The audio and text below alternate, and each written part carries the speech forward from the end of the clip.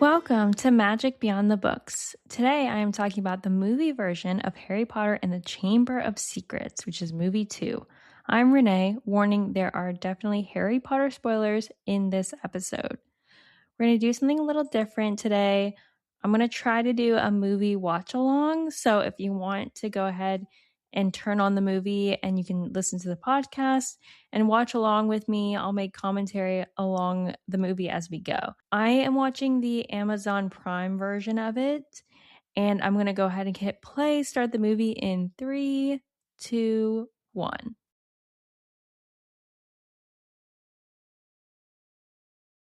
Alrighty, we're starting with the Harry Potter music. Get the Warner Brothers logo with some smoke. These movies are so good. It's so good on a rewatch.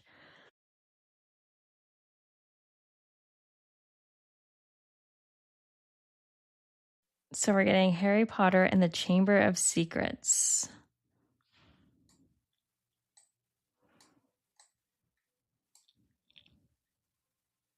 This is directed by Chris Columbus. He directed Harry Potter 1 and 2. And we're opening on the streets of Privet Drive. It's like a slow pan down to their house.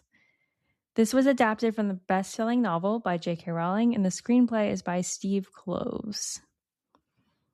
It was released on November 15th, 2002, almost exactly 1 year after Harry Potter 1. It's opening on Harry. He's looking at this photo album with his parents. We got to get the parents in there every movie. And he also has Ron and Hermione pictures in there too, which is so cute. And Hedwig is back, of course.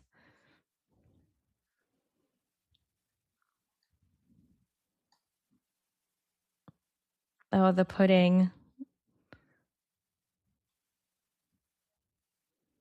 We gotta have Petunia's fancy pudding. Also, like, kudos to her for making this. It's beautiful.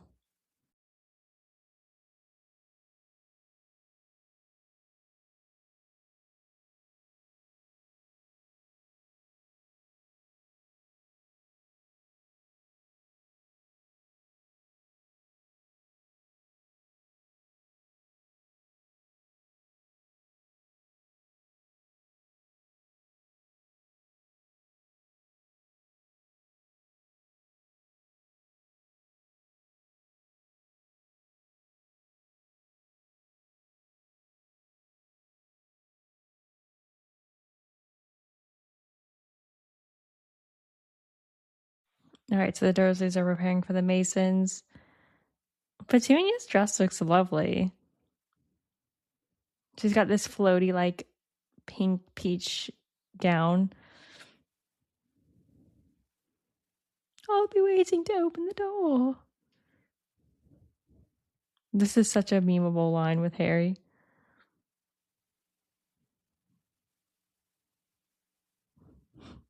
I'll be in my bedroom, making no noise, pretending I don't exist.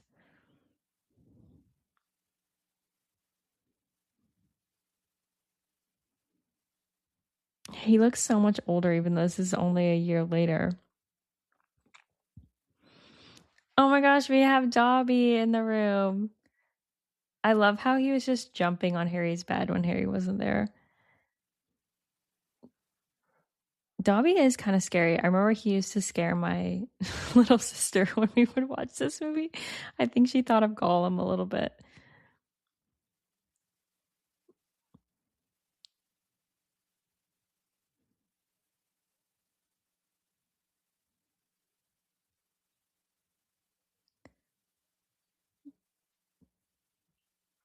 Harry starts by telling him to sit down. It's so sweet. Of course, this makes Dobby cry. Dobby's character design was really well done. His little floppy ears like moving around throughout the movie.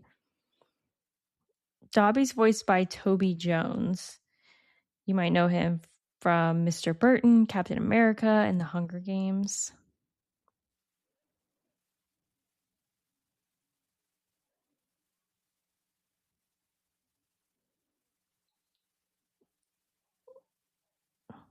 Oh, Dobby punishing himself. He's like banging himself against the cabinet. It's so loud. It's so awkward. The Dursleys say it's the cat. So there's the full cast audiobook out now, and Dobby is voiced by Daniel Mays. He's from The Bank Job, Rogue One's from Star Wars, and Vera Drake, if you want to check that out.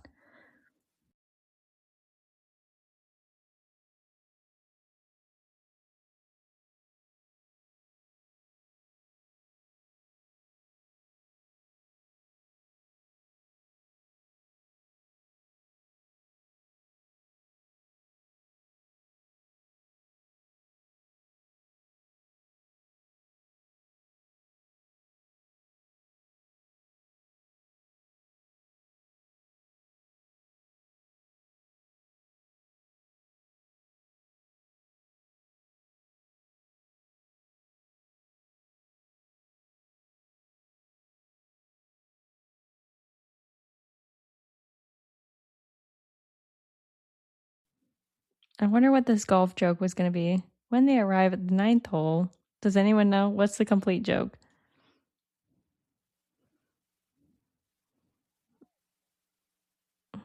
Daniel Radcliffe actually does a good job of acting with this fake Dobby. Oh, it's a Japanese golfer joke, he says.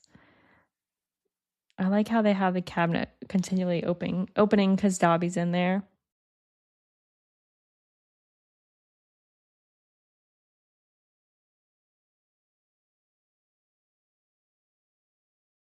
And Dobby has a sock when he comes out of the cabinet on his ear, which is such a little subtle reference to later.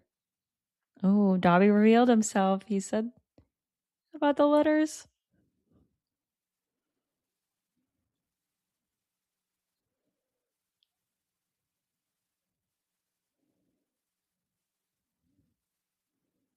Where was Dobby keeping these letters? In the back of his, like, toga?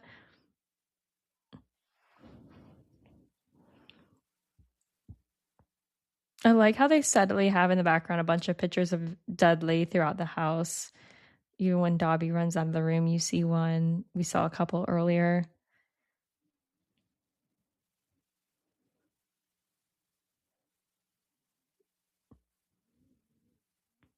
The floating pudding cake.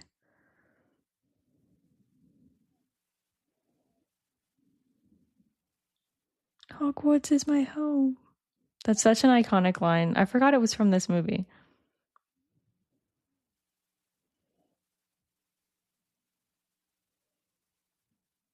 See another picture of Dobby, or not Dobby, of another picture of Dudley while Harry's trying to stop the cake.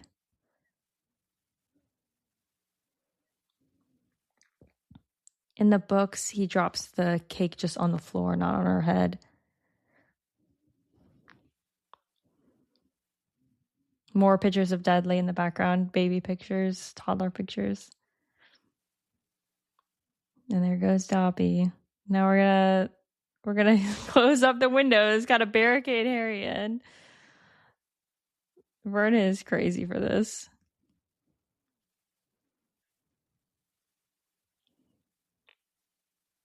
So this is actually the longest of all the movies. It's the second shortest book, but the runtime is 2 hours and 41 minutes for the movie.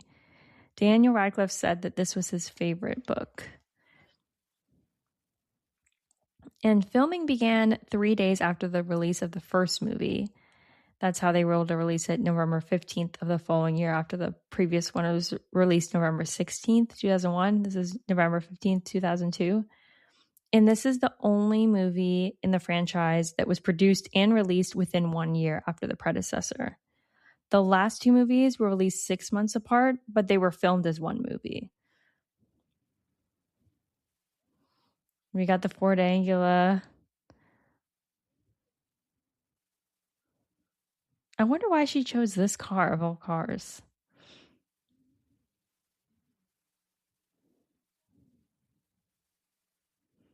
In the books, his trunk is downstairs and they have to break him out of the room and bring the trunk up. But obviously, with the movie for time, you just got to shorten this. Bring the trunk in the room.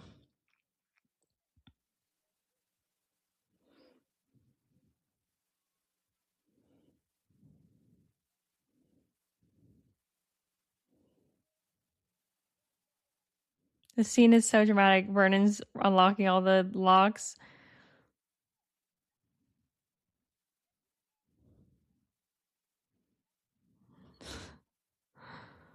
Vernon is crazy.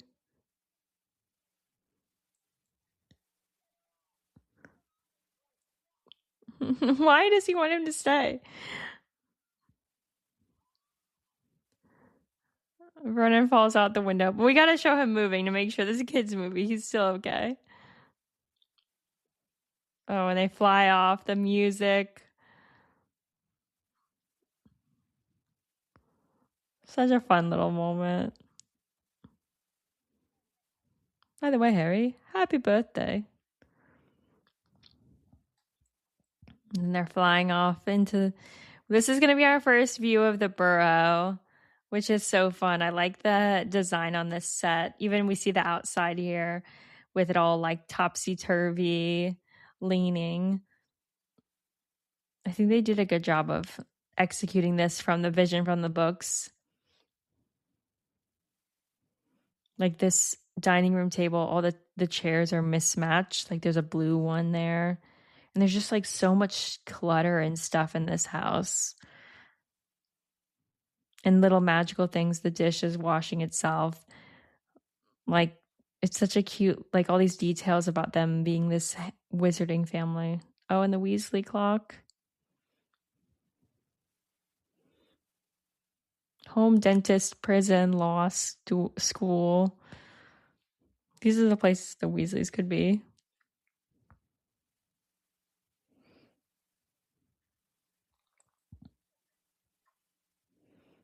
It's not much, but it's home. Such a good quote.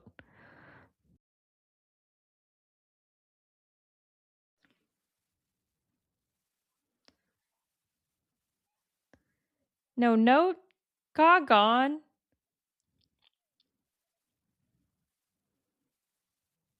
Julie Walters kills it with this.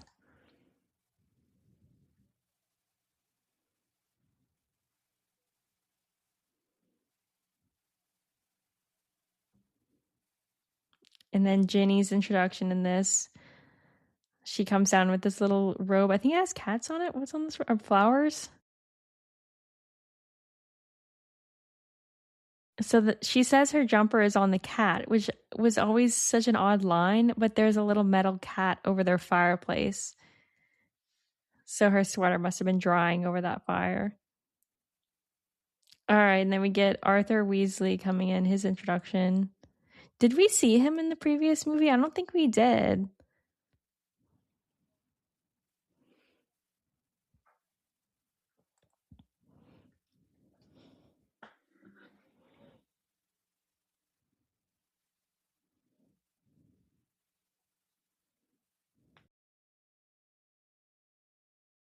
He's such a good Mr. Weasley. In the books, he's supposed to be balding. The description's a little bit different.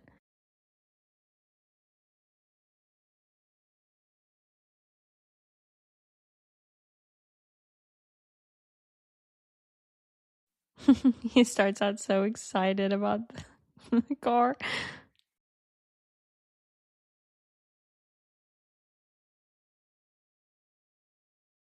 What exactly is a function of a rubber duck?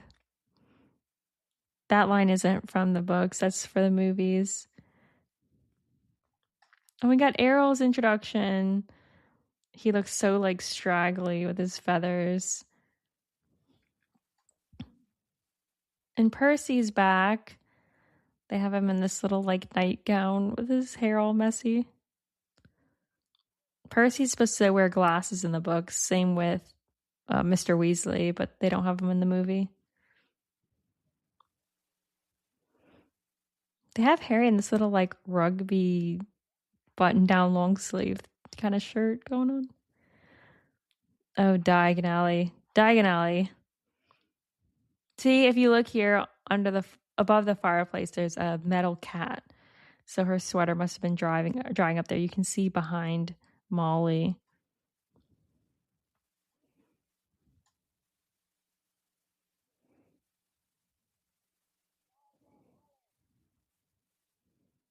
They did such a good job with the effect of this Floo powder traveling, where Ron like disappeared in the fire.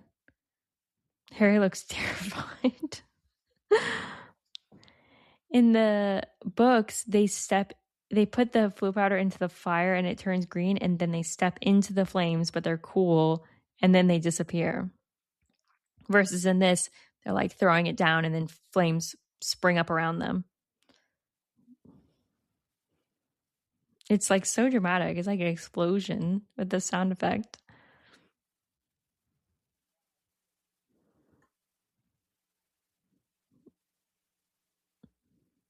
And Harry comes in Borgin and Burke's. So Borgin and Burke's, this shop, this is where Tom Riddle works after he graduates from Hogwarts. And this is how he gets his Horcruxes. He collects up these rare items through his job and is able to sneakily steal some unreported. They make this shop so creepy. I remember it was so eerie. They have like skulls.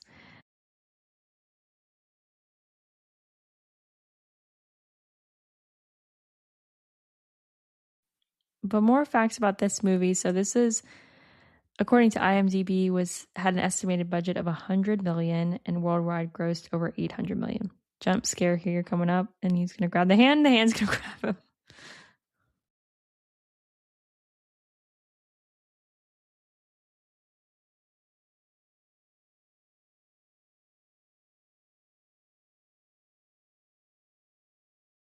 Also, this movie got an 82% on Rotten Tomatoes, which is 2 more points. The previous movie got an 80%. There's a deleted scene here that they filmed where Lucius comes in to trade in some materials with Malfoy, with his son Draco. That got cut. That's part of the book too. Harry sees Lucius and Malfoy in the shop, and he hides in the cabinet. That's the cabinet that Malfoy ends up using later in movie 6. Hagrid's back. Hagrid, Robbie Coltrane. Robbie Coltrane had to turn down a part in The West Wing to reprise his role as Hagrid in this movie.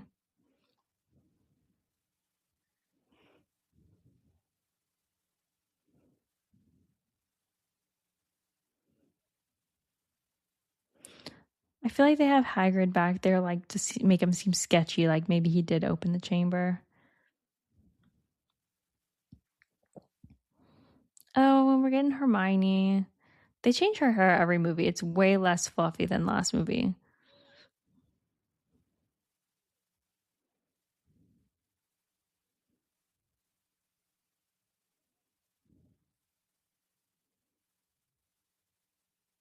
I feel like there's just so much more magic in the early movies. They kind of get away from like all the little magic spells and things.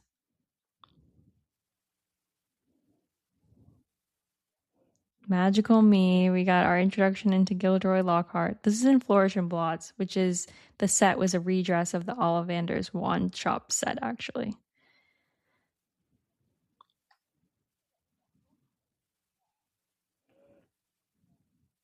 Oh boy.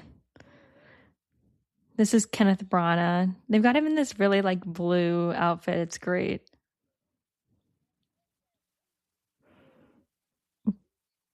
You might know Kenneth Branagh from Murder on the Orient Express, Much Ado About Nothing, or A Haunting in Venice.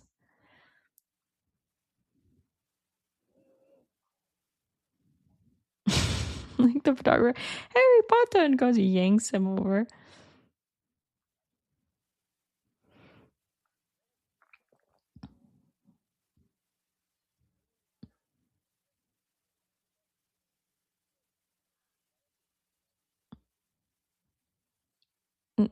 Oh, Hermione, and Ron's just like disgusted by him.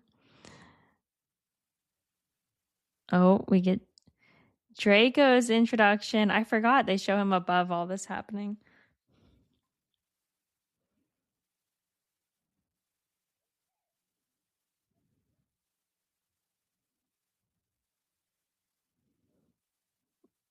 Oh, Gilderoy.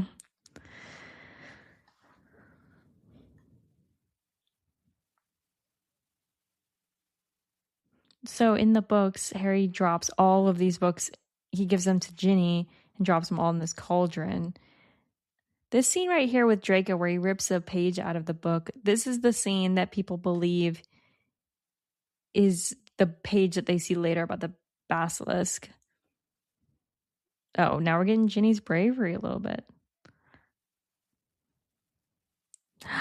Lucius Malfoy. This is Jason Isaacs.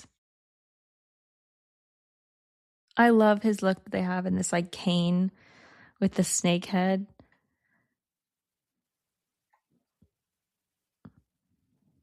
So Jason was really influential in the ideas for the costume and the hair and the voice he uses. Christopher Columbus had envisioned more of like a businessman look. He had a pinstripe suit and short hair. And Jason was the one that added the wig and the fur cloak and the cane. He had a vision for this character and what he would look like. And it was very much better, closer to what the book describes him as.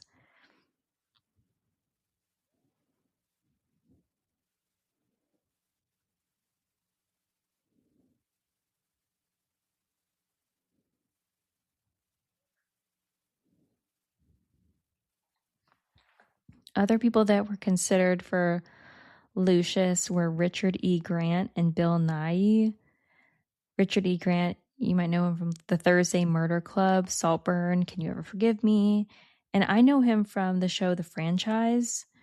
And then Bill Nighy, you know him, he was Scrimger in the later movies, but he's from Love Actually, About Time as a dad, in Pirates of the Caribbean, he's Davy Jones.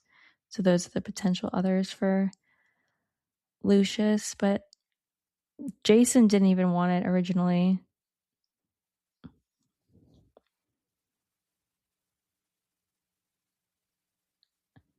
Jason Isaacs didn't want to play Lucius because he felt it was too similar to Captain Hook from Peter Pan, the 2003 version. But his family convinced him to play Lucius. You might have also seen Jason in The Patriot, White Lotus, and Mass.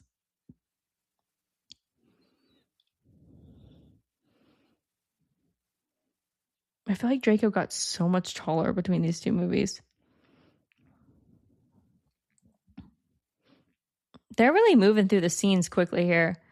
In the books, Arthur and Lucius fight in Flourish and Blots and knock over a bunch of books, but they cut that out. We're already about to get on the train. I feel like they're just moving along. Ginny's first time. Of course, we know what's going to happen to the last two.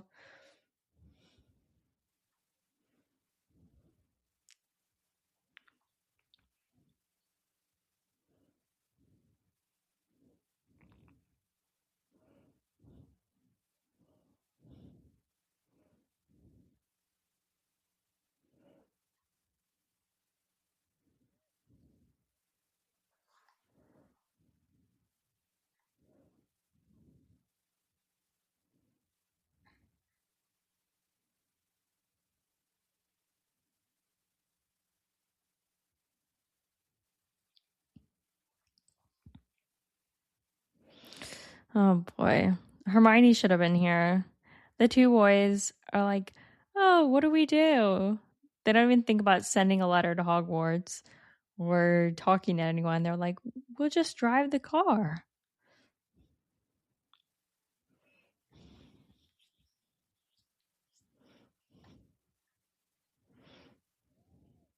Clearly, like, they don't, all these muggles are seeing them.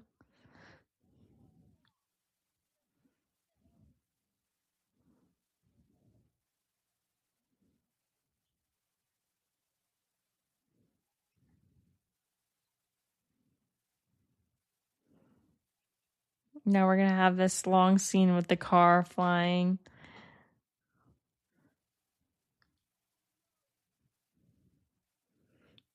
This is crazy because they spent hours flying. Like, it takes hours to get to Hogwarts. And they're just two 12-year-old kids. Just wild.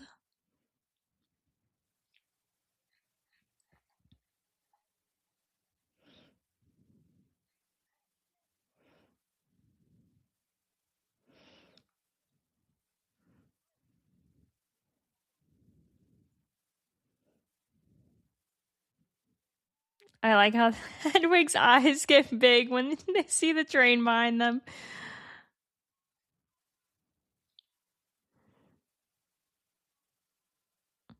You can actually ride on this train in real life and visit this location.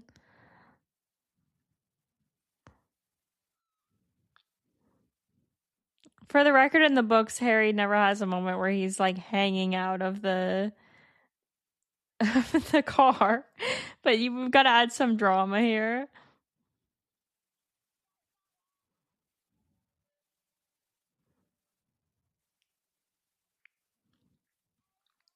When they were shooting this movie, the shoot was disguised, like they disguised the Harry Potter name and they have like a fake movie title for everything. And the title was Incident on 54th Street, which is a Bruce Springsteen song. It's a fun fact.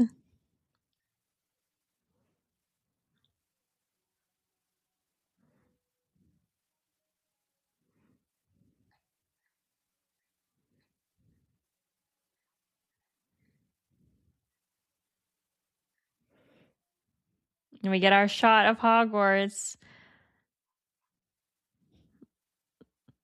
They have some good entrances to Hogwarts for the first couple movies.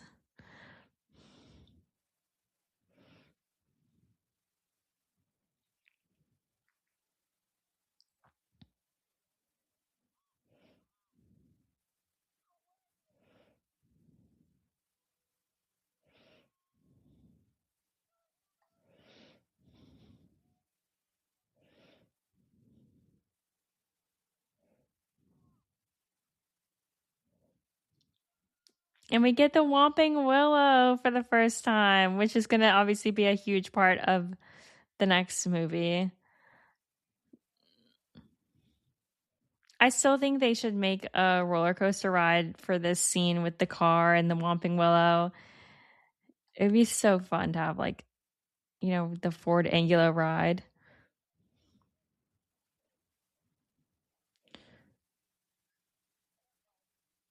It's so crazy that Ron goes almost this whole year, I think this whole year, with a broken taped up wand, and none of the teachers, no one does anything about it. That's just wild to me.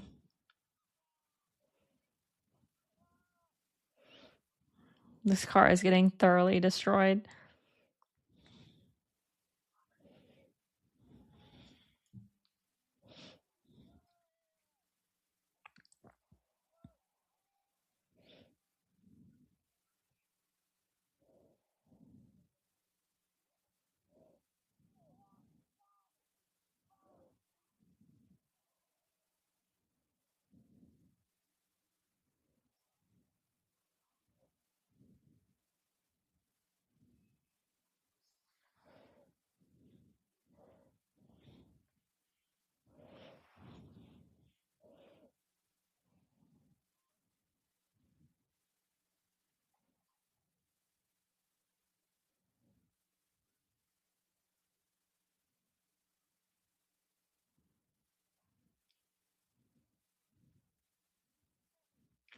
I feel like this is the first time we've seen a cage for Scabbers. He's always seems to be in Ron's pocket. I didn't even know that a cage existed for this rat.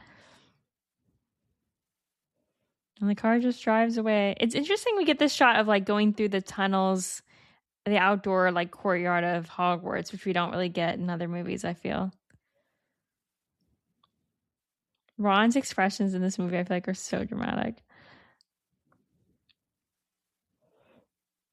So in the books, they're peeking in the window and they're watching the Great Hall. And then Snape comes and catches them. But here they just enter the castle.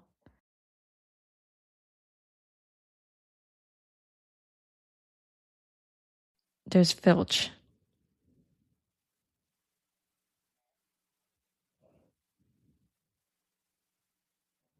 Filch doesn't get enough credit for the acting in this. He's so memorable.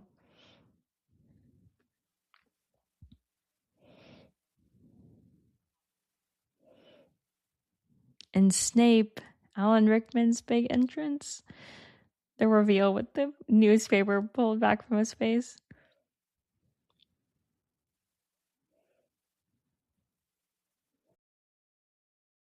Another Whomping Willow reference. Got to talk about how the Whomping Willow has been on campus for a long time because that's going to come back later.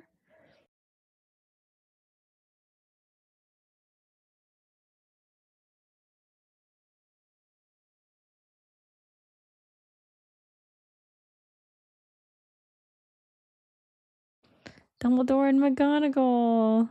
Their big entrance.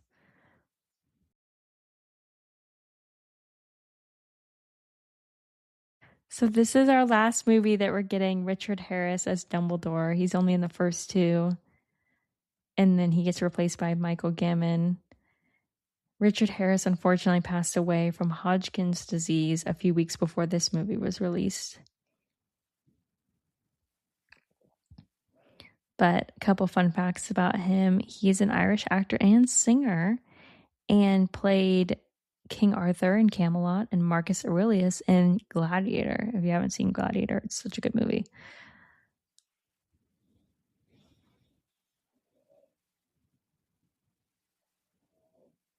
Harry's like, I don't care about you writing to my family. They don't care.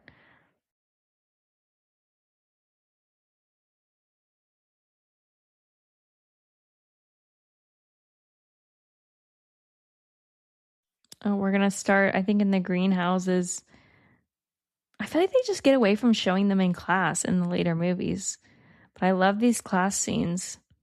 Madame Pomfrey with her little hat. Her hat looks almost exactly like the sorting hat in this scene.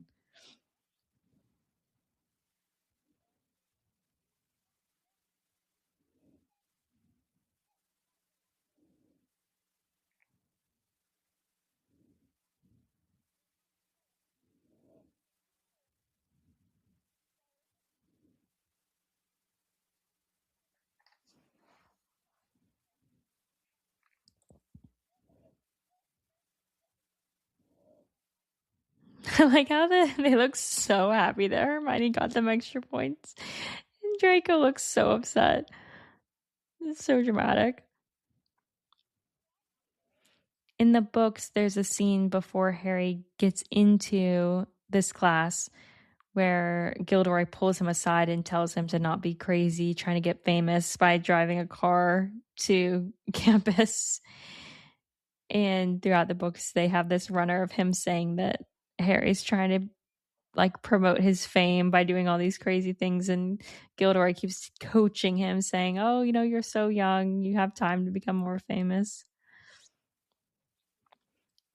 They have Neville faint in this scene, but herbology is supposed to be his best subject.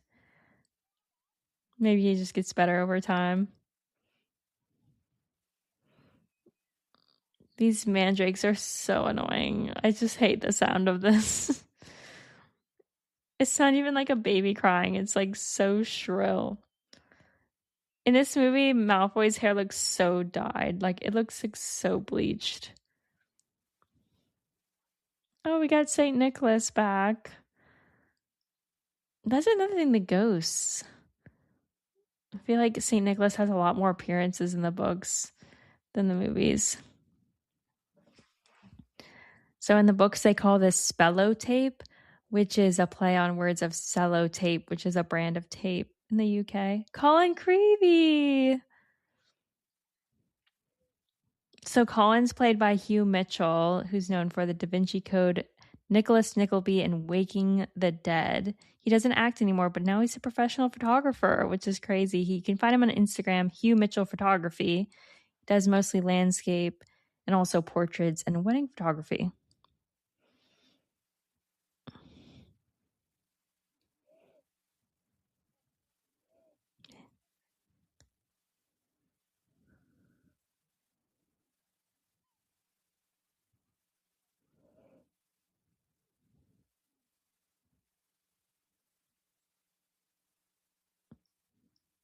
This Howler scene is so like iconic.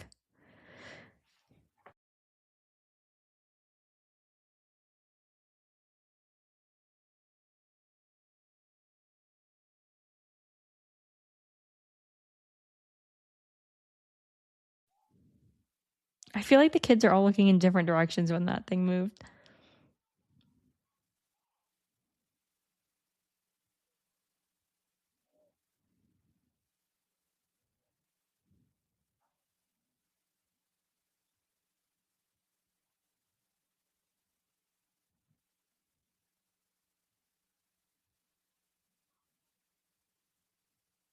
It's so awkward.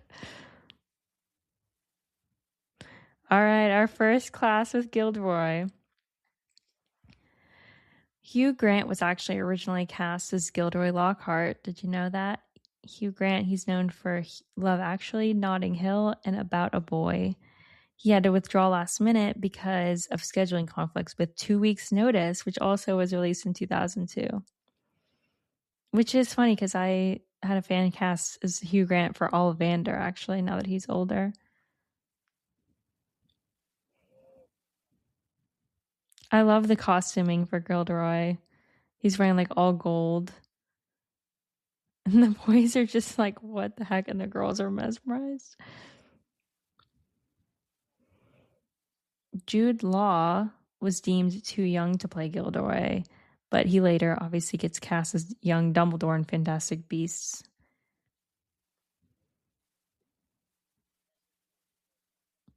Kenneth does such a good job, but if we were casting him in a previous episode, Cal and I both casted James Marsden. I think he would have been a good Gilderoy. In the full cast Audible audiobook of Chamber of Secrets, Gilderoy Lockhart is voiced by, does anyone know it? Call it out. Voiced by Kit Harington, aka Jon Snow from Game of Thrones.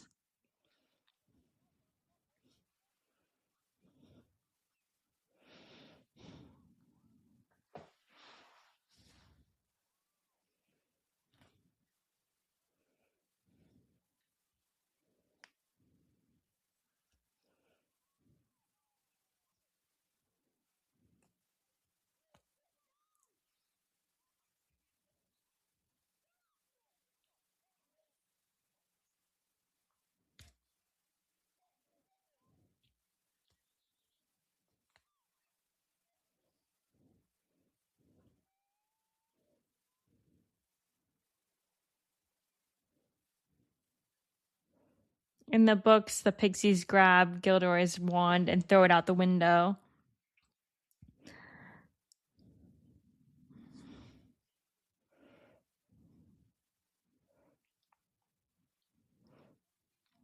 Pixies in the canon of Harry Potter actually don't have wings, but they can fly through magic. But these movie ones have wings on their backs.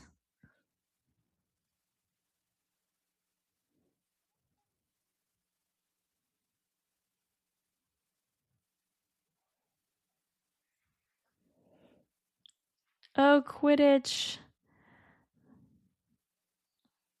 Now we've got Oliver Wood. I like the design for the Quidditch uniforms. It's interesting they wear like knee pads and shin guards and then like arm and wrist guards. This scene, it's so noticeable how much grayer Ron's robes are compared to like Hermione's. Hermione's are like stark black. The reveal, Draco Malfoy, the new Seeker.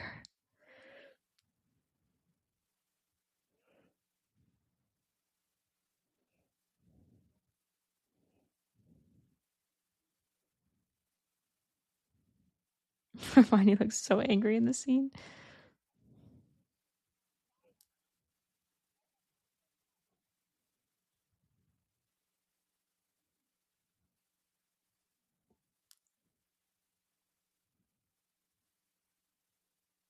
Malfoy's slick back hairstyle was before its time. All the girls are doing this hair now.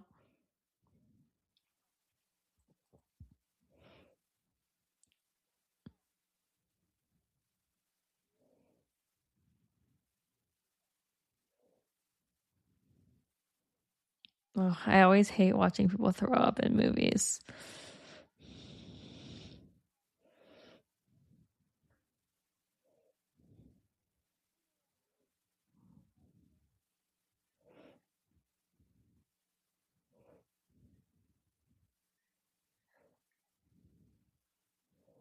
Hagrid's hut.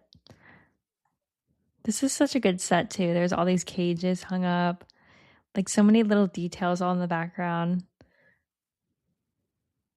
Oh God, I hate watching him throw up. It's so gross.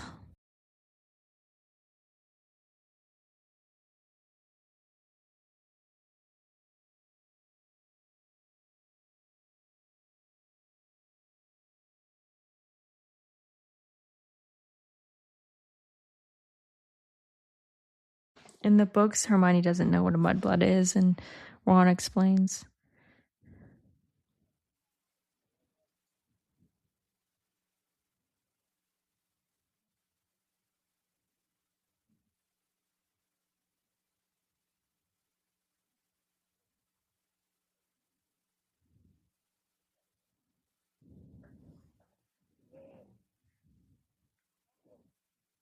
Ugh, they have Ron looking so pale and clammy.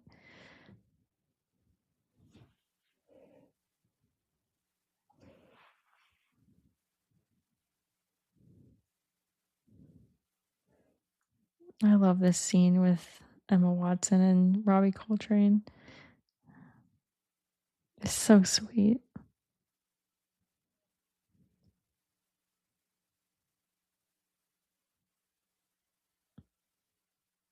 The scenes with the kids and Hagrid are just so cute.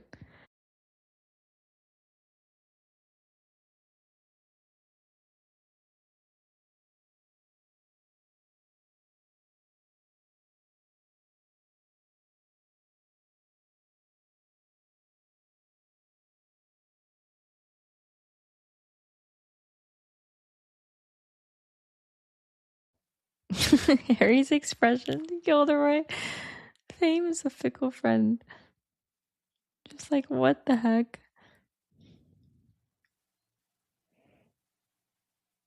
This is our first time hearing the snake voice. It's so creepy.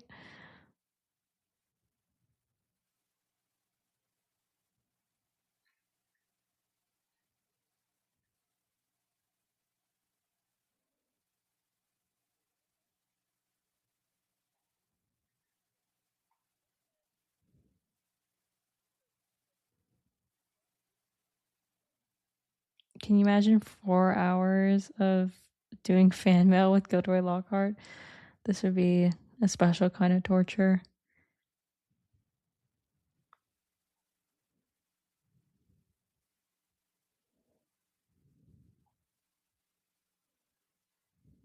I smell blood.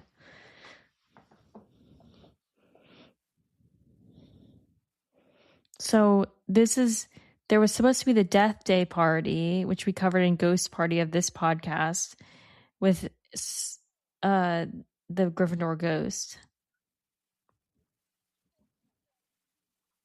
And then the three of them hear this voice and they follow it, and they miss the feast and find the note. This was supposed to be during the Halloween feasts, but they've kind of like grouped together different scenes to make it short.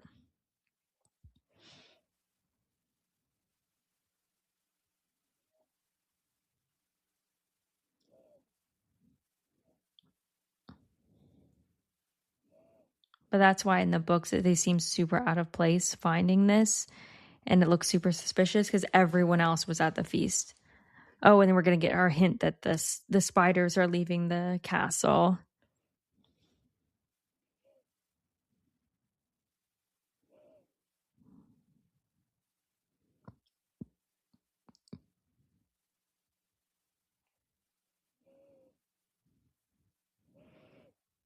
In the in the books, the writing is in paint, not blood.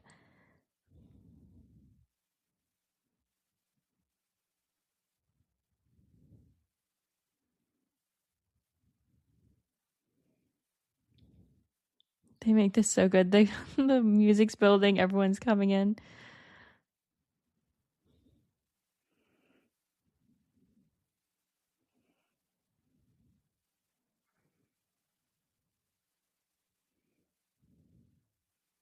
Madame Pomfrey. We'll get more of her later.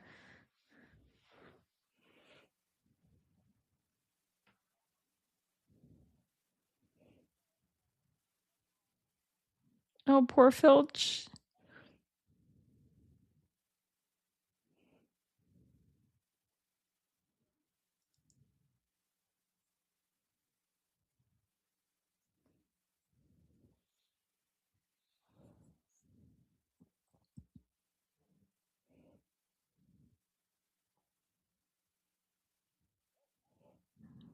This was so scary as a kid. Filch.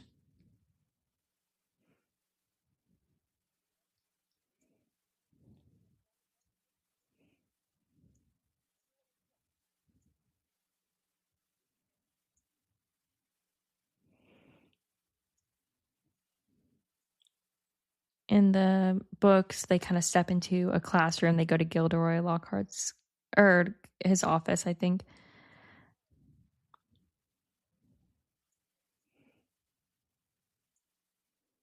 The look that Dumbledore gives Gilderoy is crazy.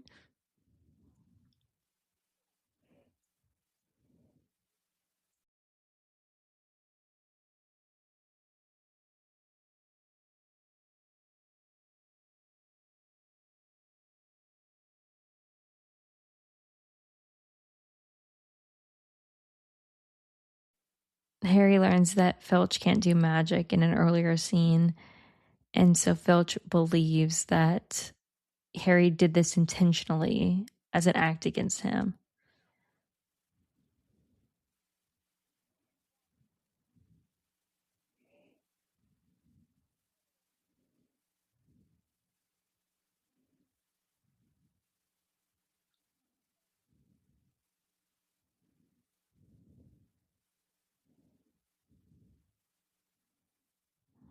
Alan Rickman is very suspicious. Look.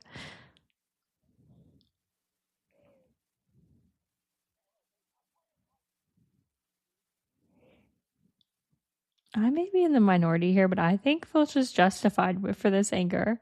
If someone attacked my pet, I'd be pretty pissed off.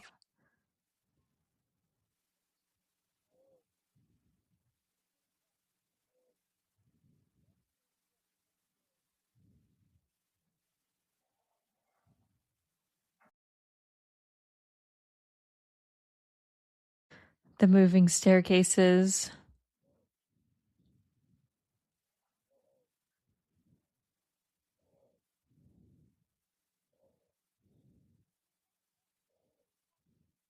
Like how in the background there's a guy reacting to this in one of the portraits.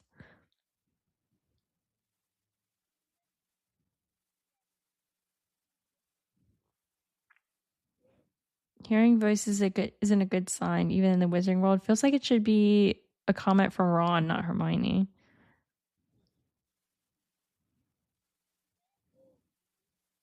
Oh, McGonagall's class. We got animals, a bunch of cages.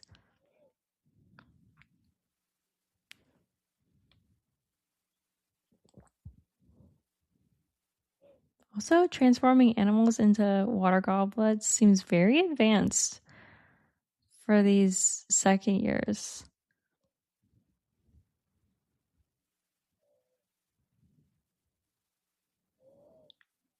So they're about to get her to talk about the Chamber of Secrets here. But in the books, their history of magic professor, who's a ghost, they kind of con him into telling them about the Chamber of Secrets because everyone's checked out all the Hogwarts history books about it. I just noticed they have lemurs in the background, one of the cages.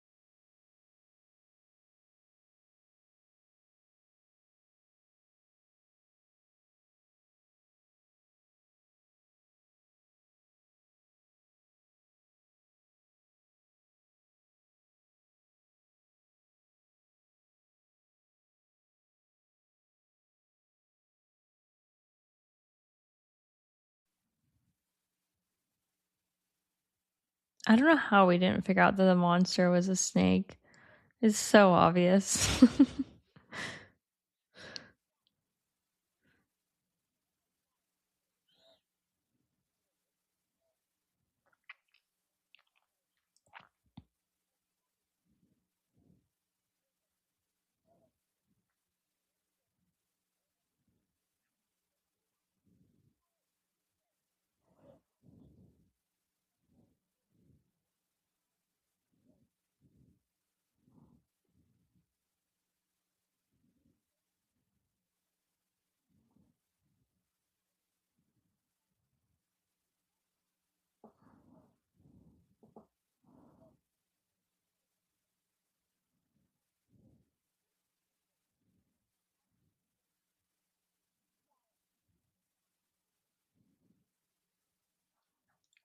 In the books, they get Gilderoy Lockhart to sign a form for them to go to the restricted section and learn how to make the polyjuice potion.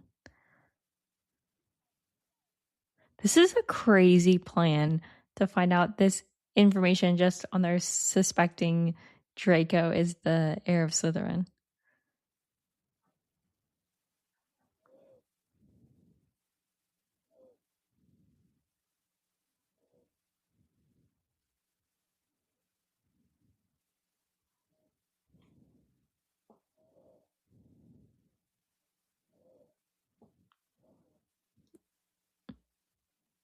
In the books, Hermione's like, we have to do this. And the boys are like, this is too crazy. And she's like forcing them to do it. She's way more casual in the movie.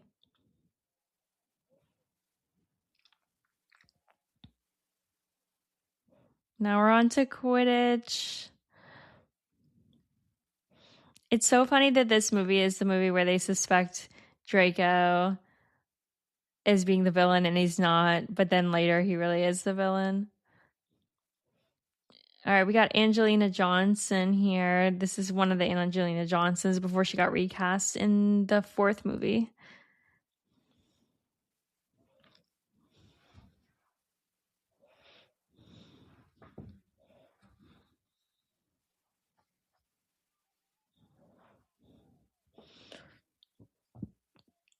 Lee Jordan.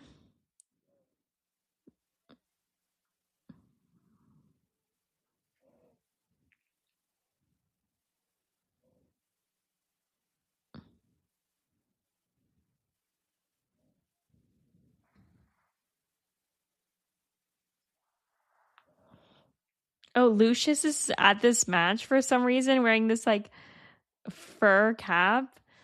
It's so weird that they have him here, but I guess they got to keep making him part of the story.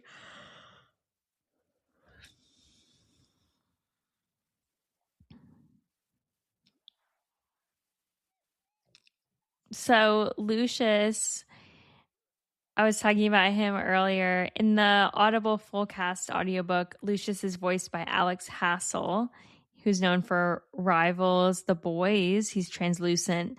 And then his Dark Materials, he's also in. But I thought Jason Isaacs did a really good job with the role.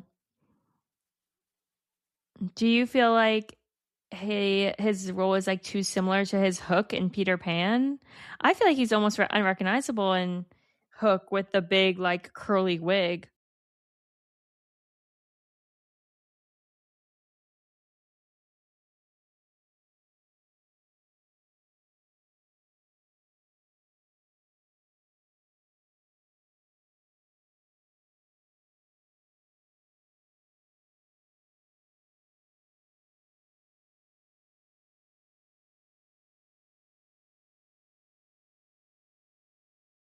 This Quidditch match is so crazy how they have him and Draco like flying through the rafters. I know they're just trying to make it more intense, but this is not like, this is just insane. I guess they're just trying to really emphasize that this bludger would follow Harry anywhere. And this is one of the crazier things that Dobby did, is cursing this bludger to knock Harry off of his broom, and that was going to convince him to leave Hogwarts. He clearly didn't know Harry that well back then because Harry's constantly risking his life and doing way crazier things. He wasn't going to leave Hogwarts because of a bludger. He didn't leave Hogwarts after a student got killed in front of him and the whole Goblet of Fire was rigged for him to die. So a bludger isn't going to stop him, Dobby.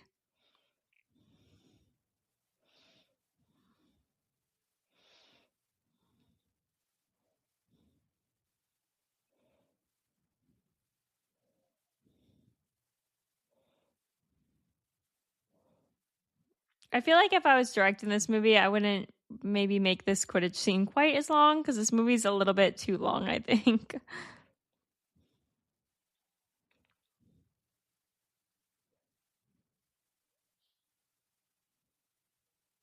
Lucius looks so disappointed in his child.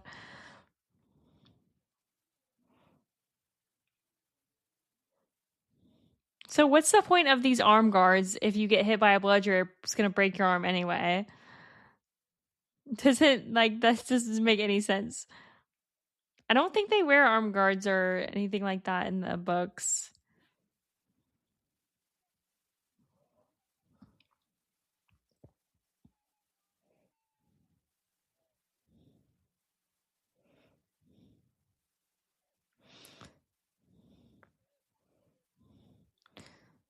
So Hermione stops and blows up the bludger. In the books, they have some of the students like wrestle it to the ground to keep it away from Harry.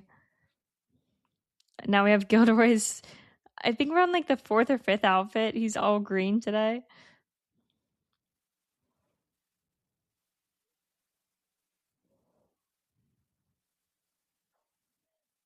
Ron and Harry, or Ron and Hagrid exchange this look like Gilderoy clearly doesn't know what he's doing. Oh, this floppy arm just disgusted me when I was younger. Like, it's so weird. And especially when he folds it back here over the wrist, totally folds. Oh, it's like so gross. I like how they just have people still in the air behind Hagrid's head. Like, they're still hanging out. So this is Madame Pomfrey's first movie. She's a new character. She was technically in the previous movie, but she was just an extra in the background. But this is Gemma Jones. She's also in Sense and Sensibility, Bridget Jones's Baby, and Rocket Man. I thought she did a good job with this Madame Pomfrey role. I always thought this was so creepy when he's in this by himself. And then he's hearing the voice. I admit Dobby in this scene scared me a little bit. We're about to have a little jump scare. Oh, Dobby. I love how they make his ears move. It reminds me of a dog, how they kind of perk their ears up a little bit. He should just ask Dobby, is it Draco Malfoy that's setting this monster on the other students?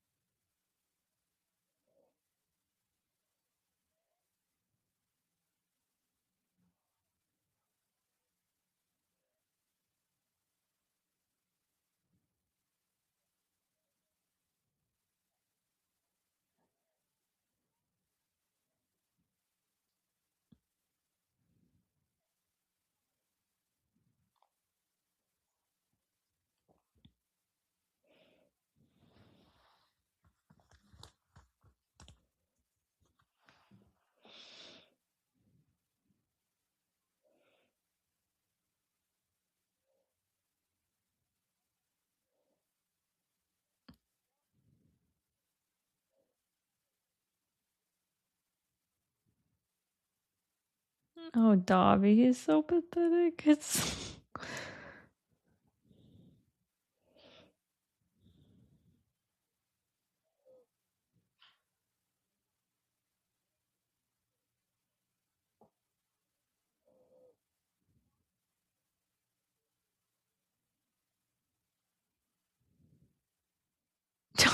lives to jump on beds.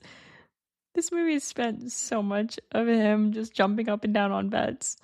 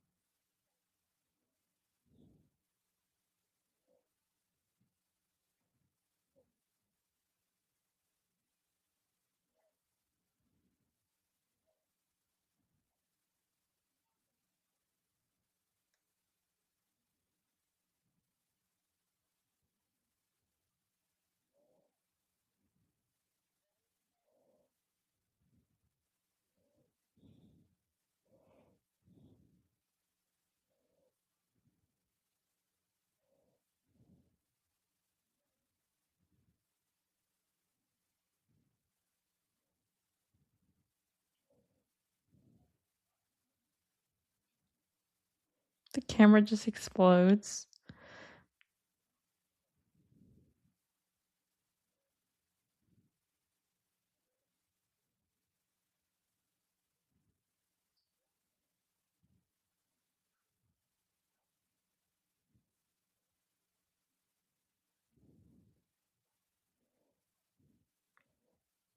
In the books, Minerva says, "But who?"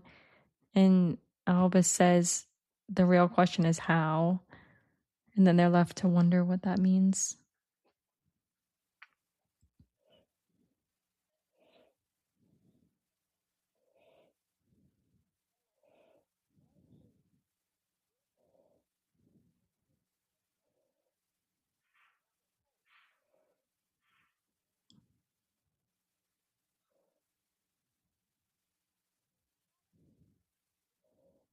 Moaning Myrtle.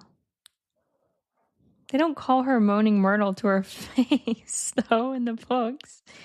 They meet Moaning Myrtle at the Death Day party. The boys do in the books.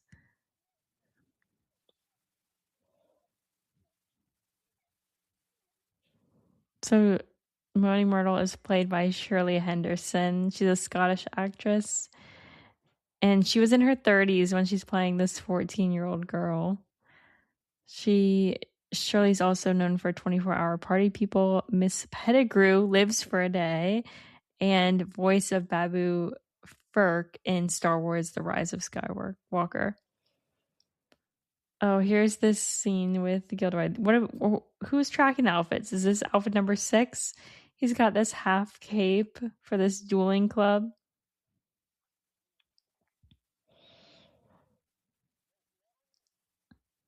So in the books, the kids sign up to this dueling club thinking that Flitwick is teaching it or someone else, but it turns out to be Gilderoy. I love this table that they have with the phases of the moon. It's like so iconic and memorable. He's wearing one thick glove. He literally looks like someone who like has a hawk that they have on like one hand because he's got this giant glove on one hand only, Gilderoy.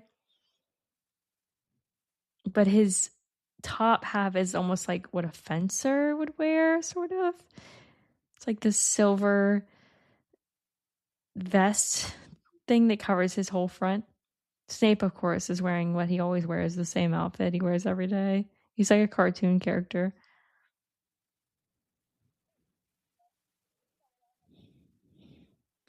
This is our introduction into Expelliarmus. This is where Harry learns it, and it becomes his favorite spell. It's so funny how he learns this from his least favorite teacher.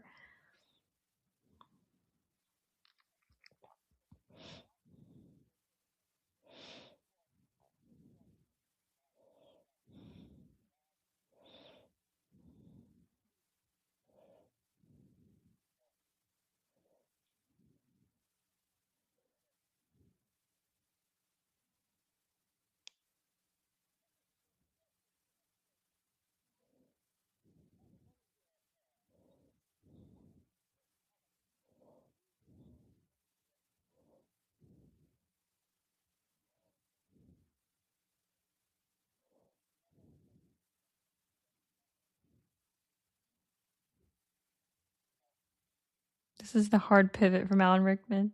He knows exactly where Malfoy is behind him.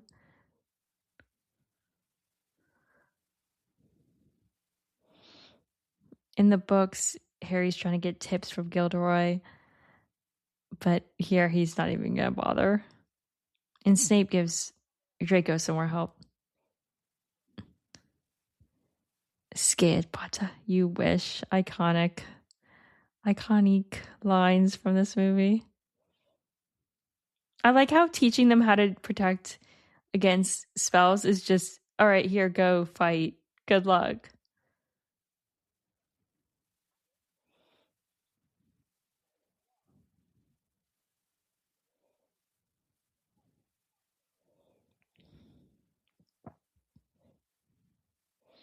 Also, their dueling positions are like one arm above their head. It's interesting. See, Harry does it here. This really doesn't seem like disarming. This is like some aggressive flipping moves.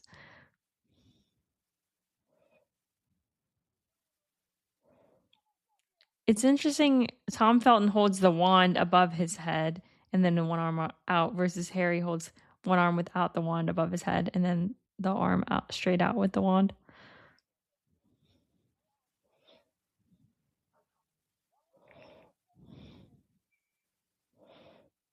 Again, Gilderoy doing nothing.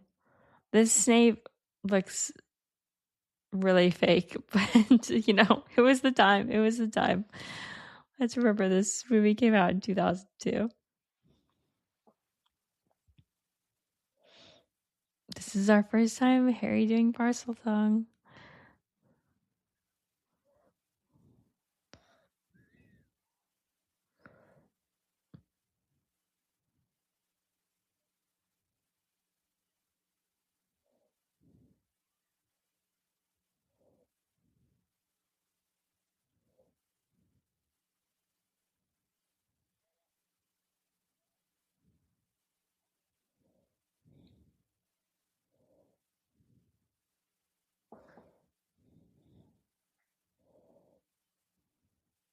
That's Justin Finch Fletchley, who is a Hufflepuff. But it looks like he's wearing like Gryffindor colors in his tie.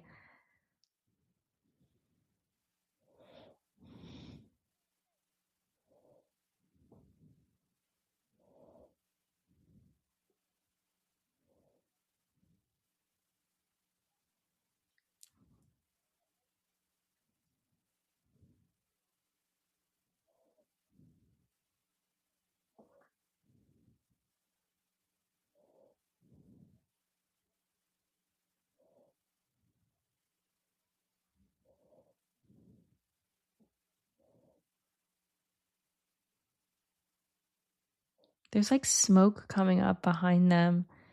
I don't know what that is supposed to be. It's like a tea or something.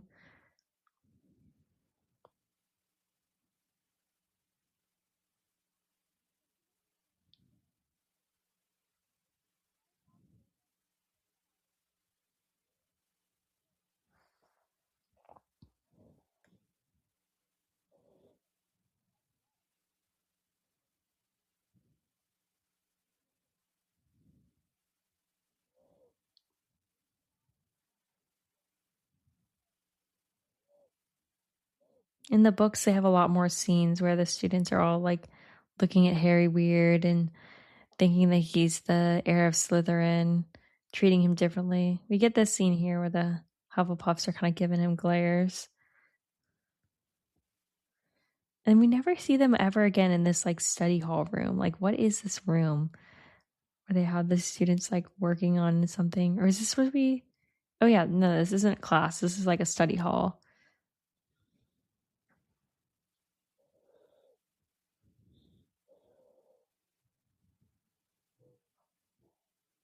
Harry's glaring at the Hufflepuffs.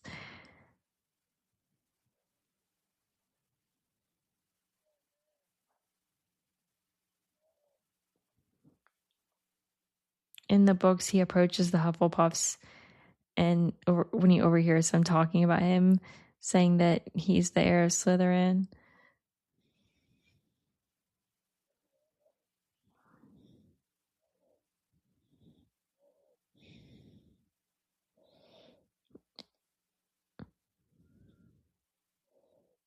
in the books, when Harry discovers Justin, he's actually looking for him because they're out of class and he wants to go apologize and explain. But in this, it's like he just kind of happens to pass him when he's on the way to the common room.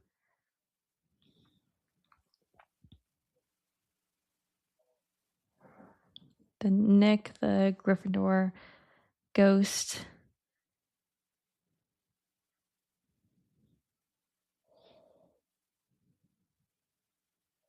And Justin.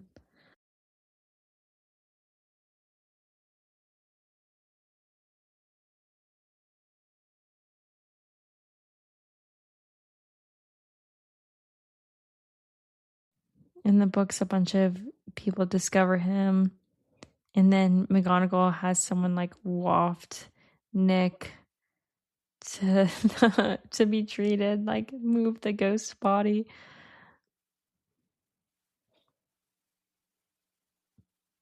We're getting the spiders again. I like how he just hangs out here. He's like, all right, I'll wait till Filch goes and snitches on me.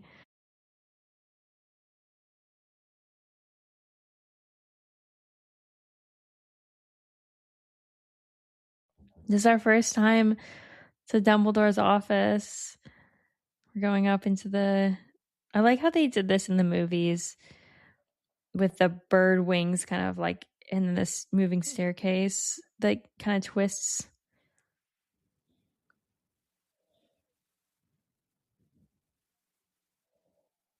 I like how she does her hands. Like, was that necessary for the password? You have to fling your hands out, do jazz hands.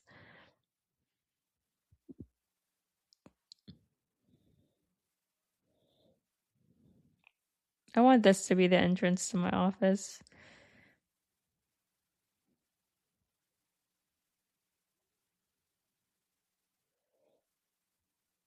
The sleeping headmasters, previous headmaster portraits, is such a common thing in the Harry Potter books. Like, he always goes in and they're pretending to sleep. But they hear everything. They know everything that's going on. They should really be consulted more about things.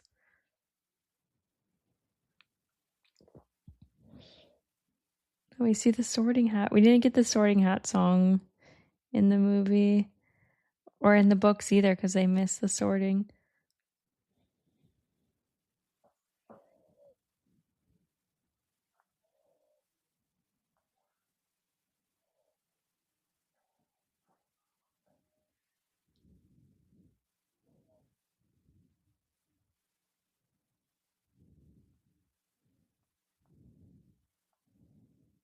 In the books, I feel like Harry isn't as defiant about the Sorting Hat's comment. He's more like unsettled, like, oh my gosh, was I supposed to be in Slytherin? Am I the Slytherin heir? You get Fawkes, the Phoenix, named after Guy Fawkes.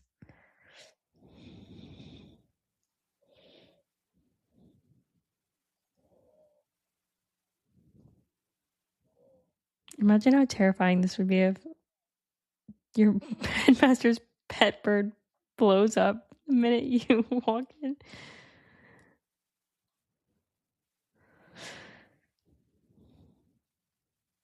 Richard Harris is such a good Dumbledore.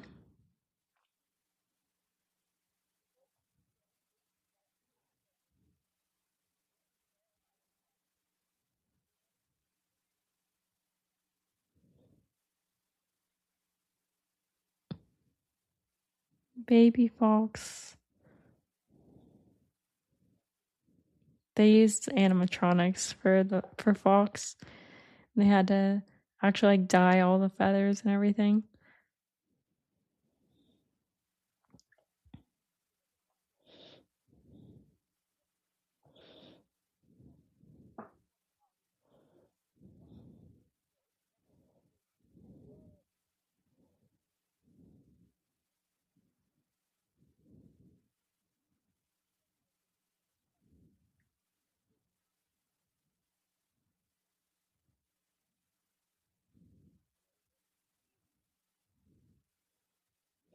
I like that Hagrid was ready to go to bat for Harry and defend him and help him not get expelled. because Hagrid got expelled for this very same thing and wrongly accused.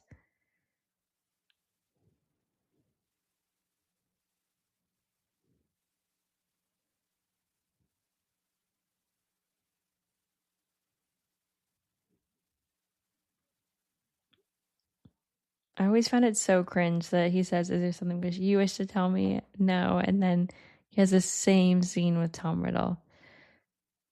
It's like, oh no, just tell him. But obviously, they got to draw some comparisons with Tom Riddle and Harry. They have this random scene of the students riding in horse-drawn carriages with these white horses to nowhere, just like through the. We're just gonna show that it's winter and they're just all riding in this pack of horse-drawn carriages. All right, so we're starting Christmas. So the big question is: are Harry Potter movies a Christmas movies or Halloween movies? We are getting a Christmas scene here, but this movie is so creepy and overall just like has a lot of horror elements. I definitely think this is a Halloween movie.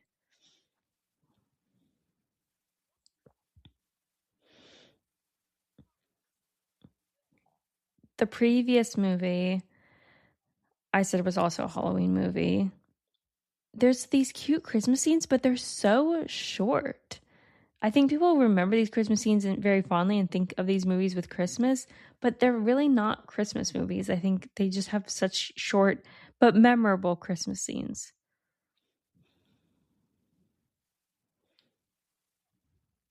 So in the books, in the dueling club, they split up into pairs, and Harry is with Neville instead of them talking about him with Ron, and then they switch him with Draco.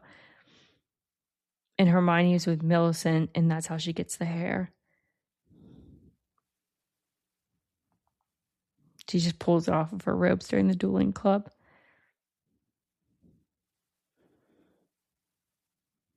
I remember always thinking that these cupcakes look so good. They have this bronze or gold statue of like all the Hogwarts animals, it looks like, with a person. They have them already holding so many sweets like in their arm. Like, who does this? But when I was a kid, I always wanted to taste one of those cupcakes. They looked so good.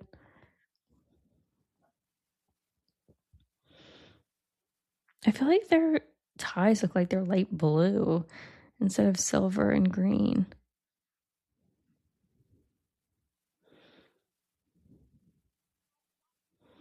The Polyjuice potion looks so disgusting. And I always thought these cups were kind of weird how they have like the metal bottom. Like, what is that? Why is it glass on the top and then metal on the bottom? If you look closely, like on a rewatch, see how they're wearing their robes of the Slytherins and they're like too big on them. You can see like they're kind of baggy around their necks. This potion always looks so disgusting to me. Oh, again with the throwing up, like why? Why do we need this? See, and the bottom part of the glass doesn't even smash like the rest. Like, what was the point of that? Also, why was this? Oh, I guess it has the potion. That's why it's like smoke coming up, like dry ice. This bubbling of the skin is like so gross. But it's an interesting way to show this transformation and kind of slowly move his skin. For the time, I mean, for this coming out in 2002, the special effects are really well done, I have to say. That's definitely a pro for this movie.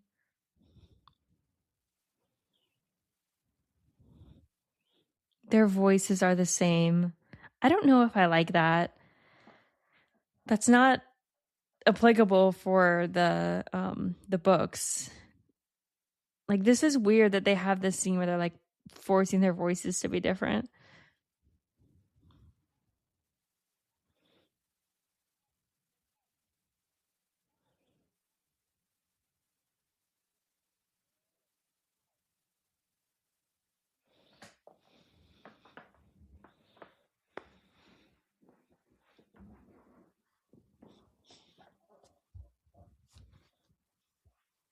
In the books, they have no idea where the Slytherin common room is.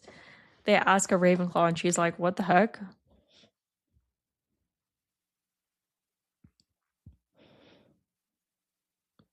Percy is so pompous.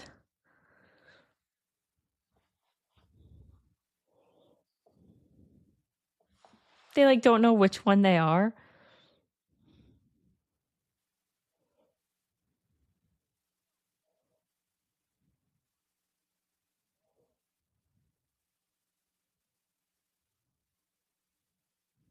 I think Tom Felton improvised that line. I didn't know you could read. It's like he just shrugs it off like that's not like super insulting. He's 12 years old. He thinks his friend thinks he can't read. That's so unhinged. Okay, so we're getting the Slytherin common room. So you're supposed to be able to see greenish hue to the room in the lake, the Great Lake, because they're like under the lake. This room looks way more comfy than it's described in the canon of like the books.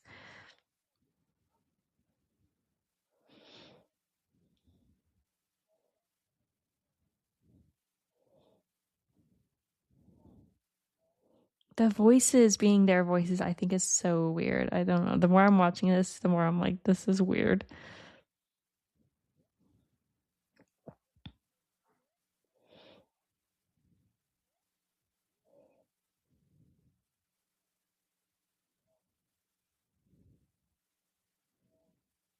His hair looks like orangish. Like a bad like tie job. Like when your hair you try to bleach your hair and it's like orange. Oh, Draco. Oh, I guess you can kind of see the lake behind him. There's like a brief shot. Oh yeah, so we see the lake in these big windows. It like kind of looks like running water.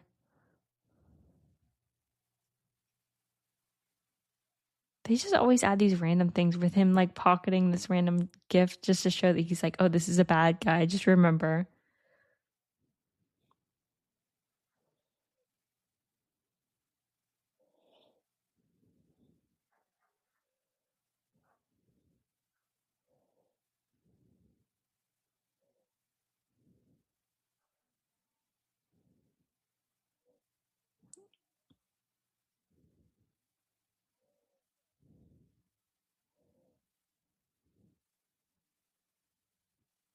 Ron was ready to beat Draco up for that comment.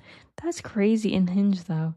12-year-old talking about people dying and it's like, oh yeah, I hope it's great your next time.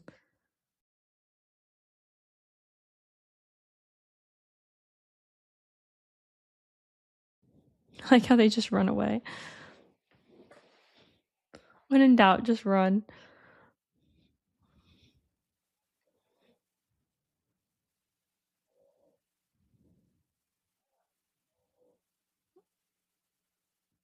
Moaning Myrtle is such a bitchy girl, I feel.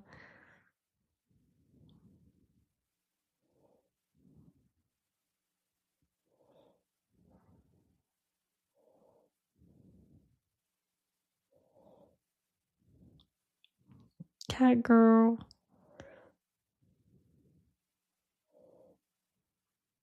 Ron's like into the tail. That's weird.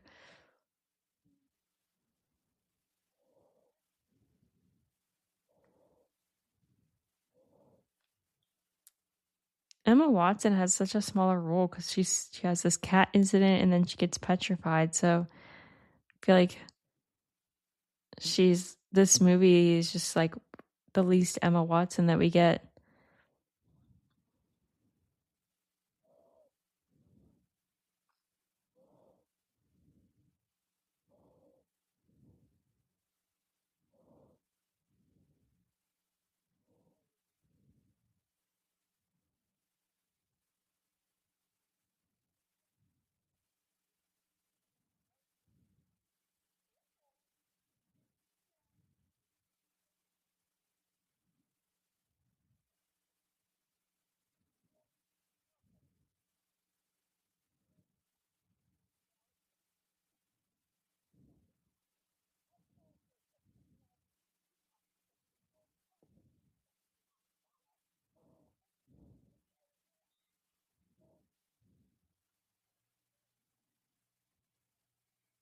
It's in the books they describe when a ghost goes through you that it's like you get a cold feeling. Like it's very disturbing. They make her kind of look like a female Harry Potter. Like they do her bangs the same and her hair is dark and they have the same round glasses. I feel like they should have given her like a different look with her hair and glasses to not make her look like they're trying to make her look like Harry. It's kind of weird.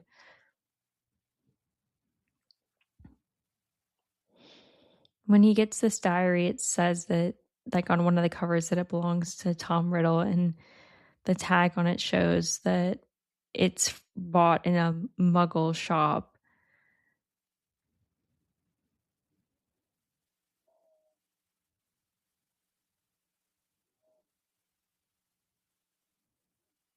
This sweater is so reminiscent of the sweater they have him in.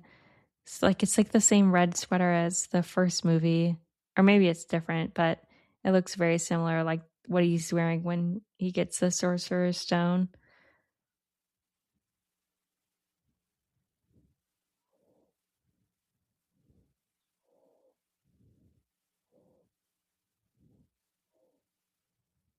Why write this, Harry? Of all the things you could write, Tom Riddle's like, "Yay, great! I'm so excited to meet you, Harry."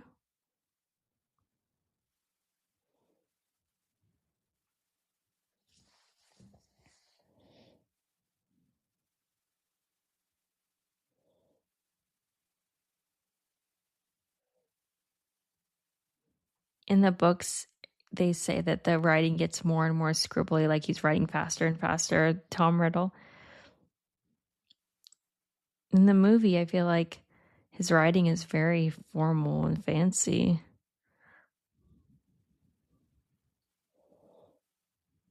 But I can show you with the creepy music.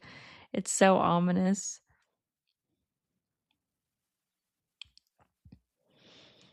Let me take you back to 50 years ago. 13th of June.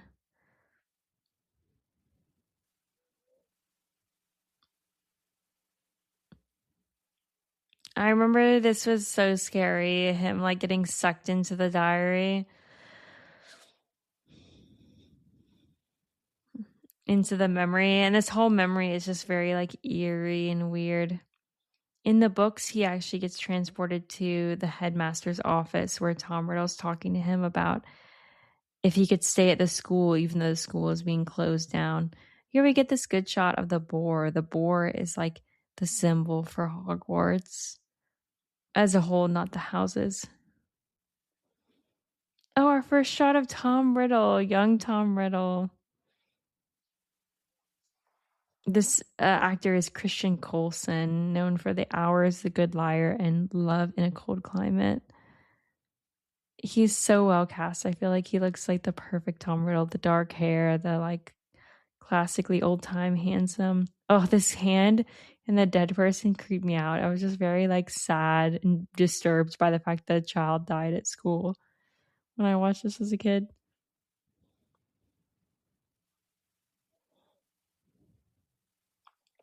Dumbledore apparently 50 years ago also looked very old and tired.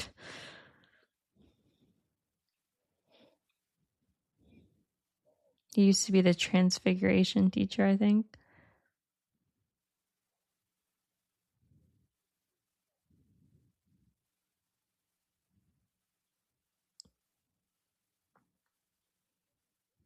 They really make Christian Coulson look really handsome in this.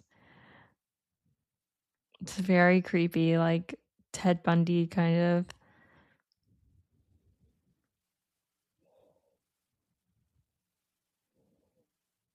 So many other people auditioned for the role of Tom Riddle. Eddie Redmayne was one of them.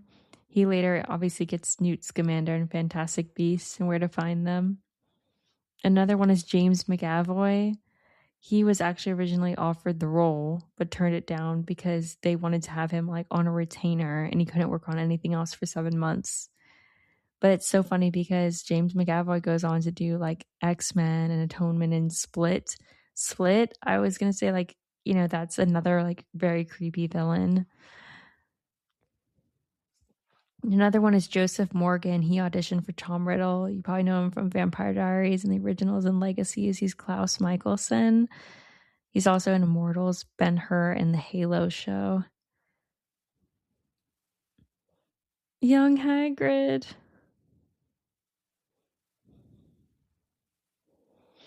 So this is Robbie Coltrane's voice, but the actor is the person that did like the stand-in for Robbie Coltrane, like for some of the shots. His name's Martin Bayfield. He's like the height double for Hagrid, I should say. Oh, and our first view of Aragog. It's very clearly a spider. In the books, Harry doesn't get like a good view. This is so sad for Hagrid.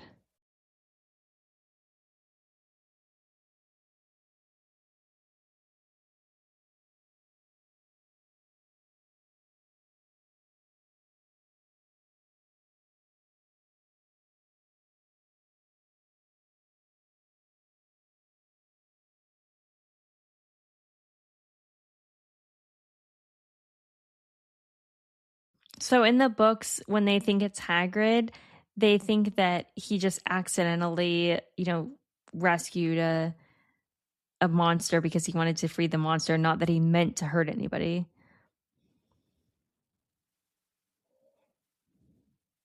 You know what, Ron, you're right. He is a dirty, rotten snitch. You guys wouldn't have snitched on Hagrid.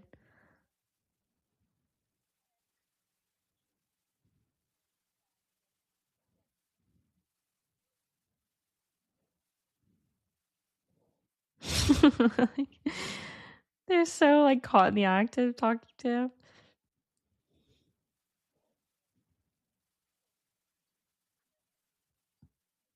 Callback. Flesh eating slug repellent was what he was getting at in Diagon Alley.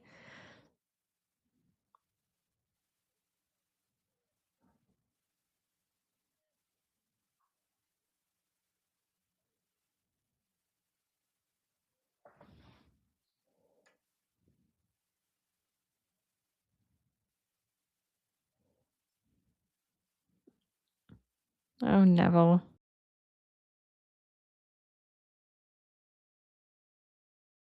So a scene precedes this where they have Valentine's Day and Harry drops the diary and Ginny sees that he has the diary, and that's how she knows to come and get it out of his dorm because she thinks that he's going to read all of her secrets in this diary.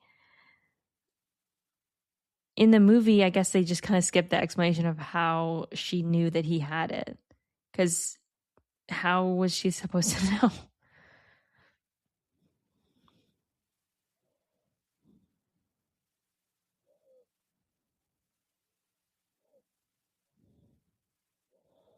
See, this Oliver Wood is the Oliver Wood from the books where he has this complicated diagram and he's been talking to them.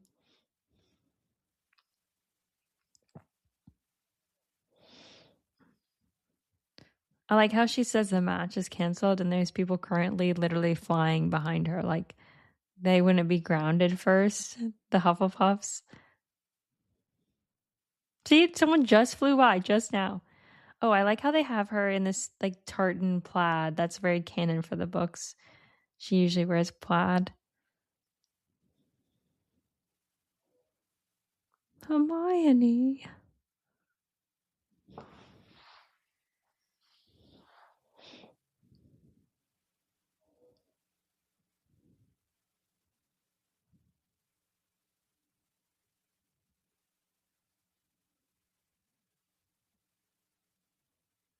This Hermione looks like the Madame Tussauds, whatever. Like when you go and you see the wax figures and it looks like them, but like there's something off.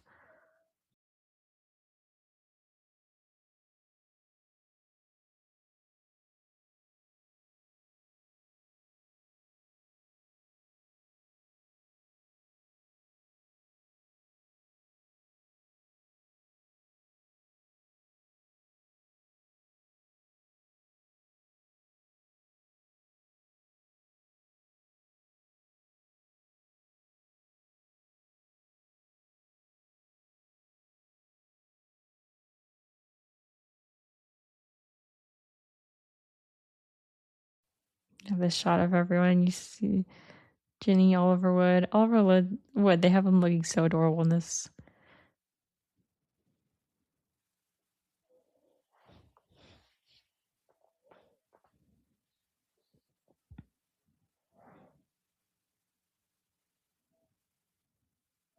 In the books, the way they escape is they tell Gilderoy, "Oh, you don't need to walk us. We'll be fine on our own." And then they sneak off to go see Hagrid.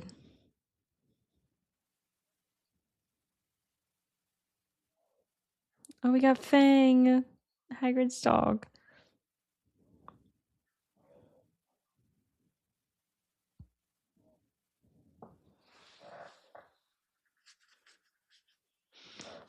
Who was he expecting that he was gonna shoot them with an arrow?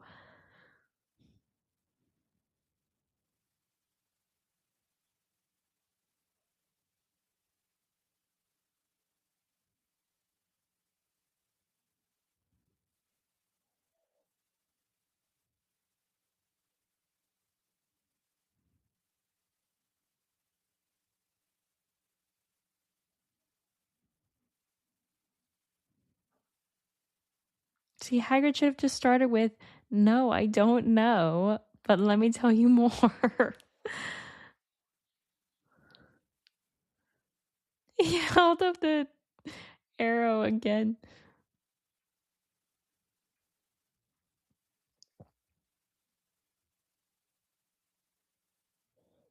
Cornelius Fudge.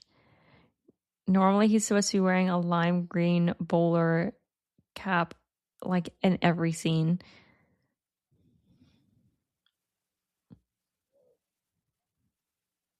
I feel like the movies decided not to do that, but that would have been a very recognizable look for him.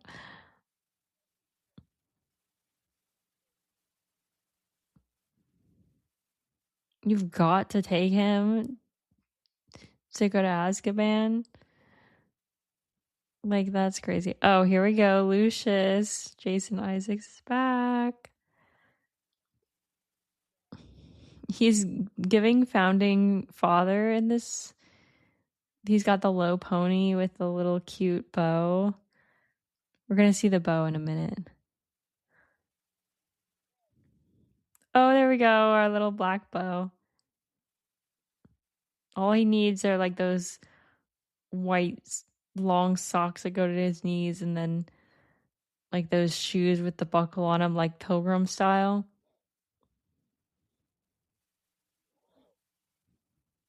Even Fudge is like, what the heck? But then he's trying to join in on it. Like, Fudge, don't act like you know what's going on. You clearly look confused.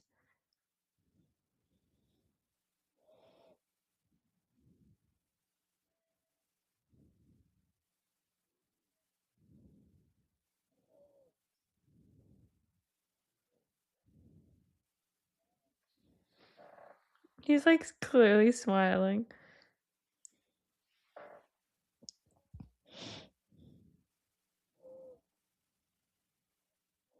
His voice is so quiet.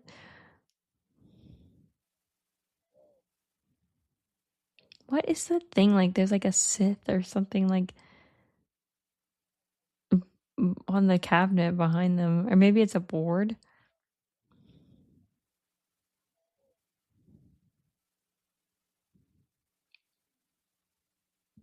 That's Dumbledore's little note.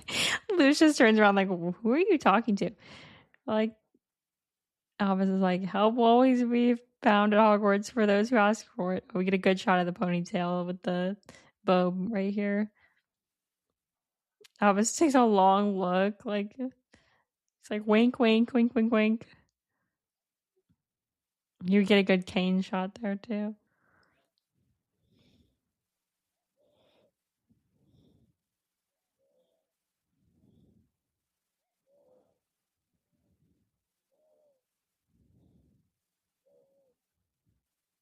Fudge, alarm bells should be going off for Fudge. He's like, why is everyone talking to nobody? Someone needs to feed Fang and someone look for the spiders. Fudge is like, this is an empty room. Like, what is going on? Also, it looked like Fudge had like a little mini ponytail, if I didn't miss that.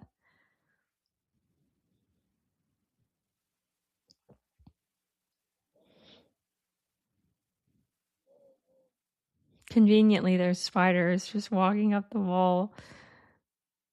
Inside of Hagrid's hut, he's got spiders. Also, there are a bunch of burning candles. He's about to be in Azkaban. Someone needs to put out these candles that are lit in his house. Is anyone else thinking this? His house is going to burn down. Also, if I were them, I would take Fang with me back to the dormitory. I'd be like, all right, you're sleeping with me now. There's this conveniently open window, probably to let out all the smoke from the million candles that no one's going to blow out for a couple months.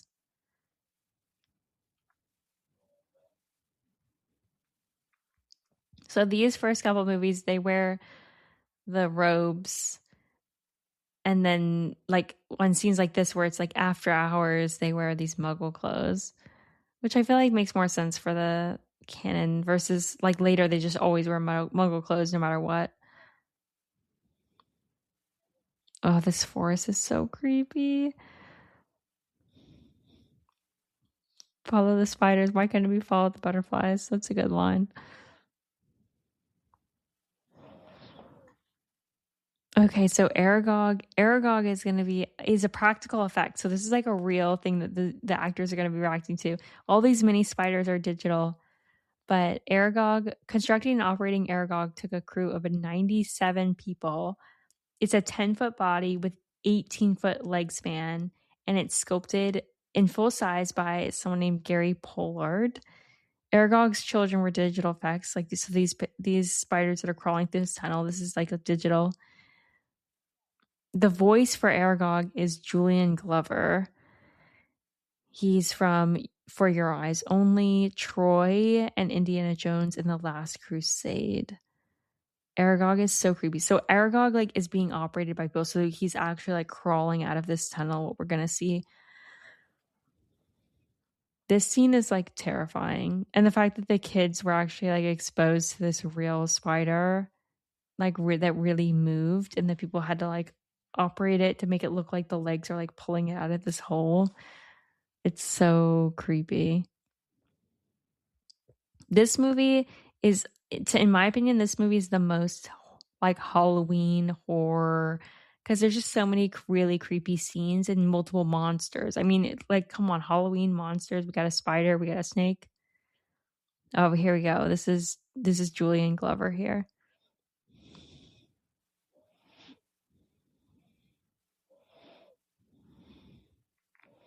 See how the legs are like climbing up, and then he's coming out of this hole. Oh, it's so creepy. Like if you saw this in real life, imagine you're these kids, you'd like shit your pants.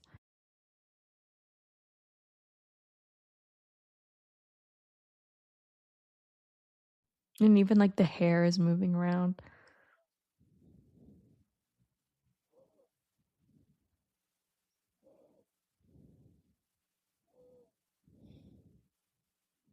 Ron's taking in his surroundings.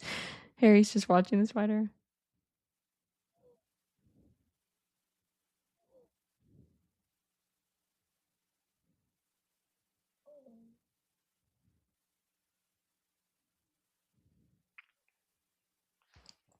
Ron is in the right here. Like, be aware of your surroundings.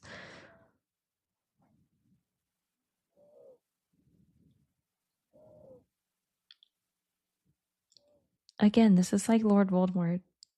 Fear of the name increases fear of the thing itself.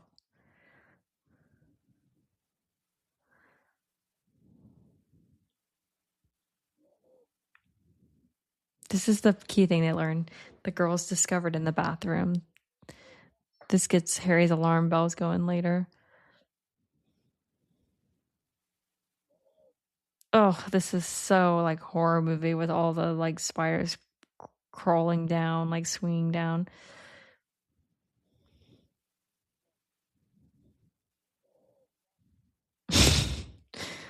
We'll just go. Thank you. I think this might be one of my favorite lines. Well, thank you. We'll just go.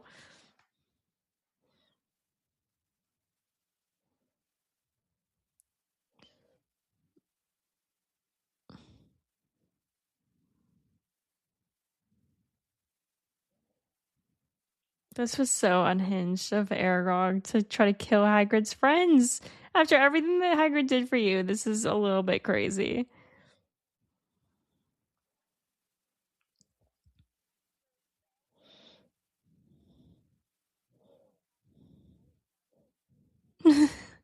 This is so true of Harry. One, when he spells one, yeah, Expelliarmus. That's it. The Ford Angula. I feel like the Ford Angula should have made an appearance in the last book. I don't know, just a little brief, like something during the Battle of Hogwarts.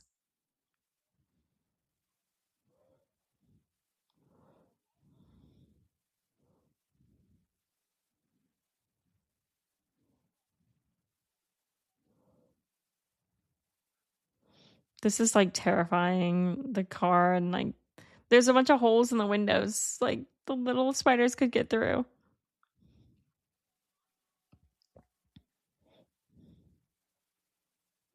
Like run over that spider. Don't stop. Oh my gosh, this spider like around Ron's throat. Arania Exame is the only spell that he knows.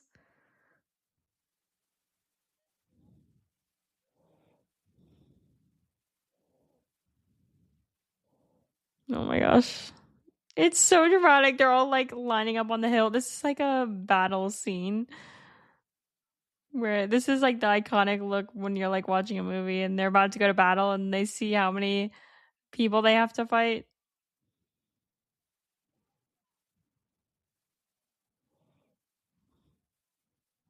How many scenes are we going to get of Harry and Ron in the car screaming? Ugh, they move so creepily fast too.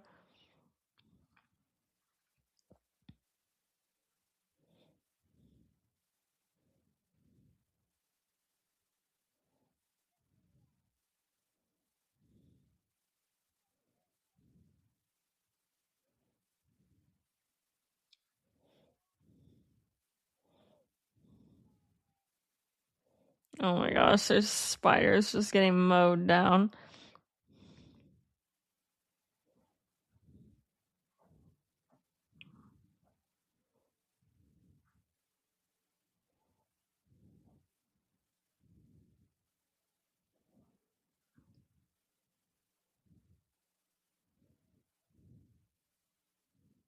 This car is just looking pretty rough. Fang just jumps out.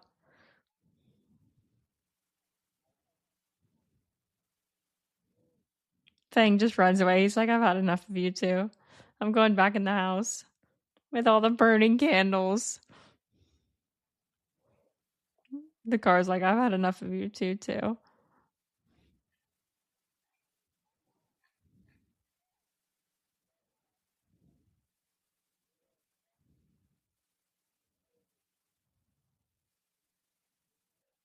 Yeah, and the girl died in the bathroom. That's what you really need to remember. That's going to come up later. In the books, Harry, after this scene, he like thinks about it in bed and he's like, oh, we need to ask Moaning Myrtle about it, her story, because she must be the girl that died. But even she hadn't actually seen like fully the basilisk. She just saw yellow eyes. I think they have that in the movie, but it just comes a little bit later.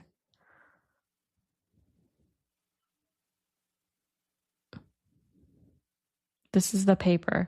So some fans' theory is that this is the paper that Draco was ripping out of the page in the beginning, and that he secretly slips this to Hermione to tell her about the basilisk. But I think people are really just trying to pitch Draco and Hermione, and there's nothing in the books or really the movies that make them seem compatible in any way. Like he wants her dead. He said that in this movie. It's not like enemies to lovers. It's like he truly does not like her and she truly does not like him.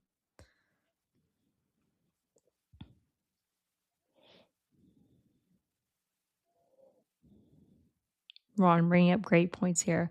I like when they give Ron smart moments. He has way more smart moments in the books, but in the movies, they make him like this comic relief. But I think because Hermione's gone, they're like, oh, let's give Ron some good lines finally.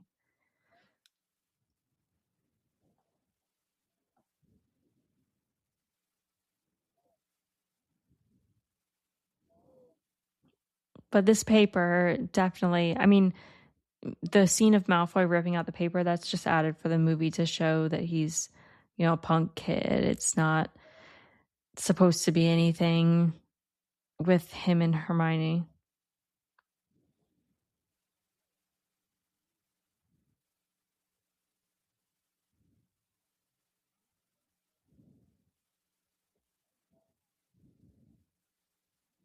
The boys finally putting it together. What Hermione has known for months.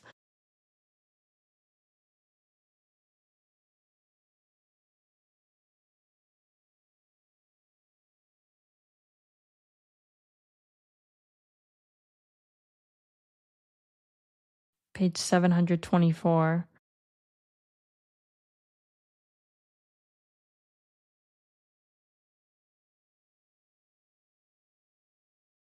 Okay, so finally they're piecing it together. The bathroom. This is an important piece of information.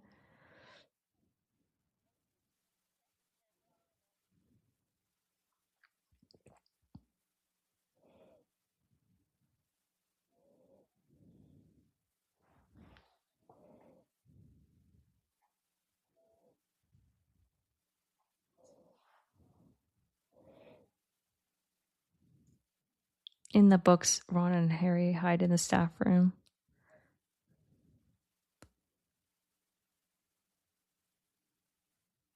Oh, Gilderoy. All pink today.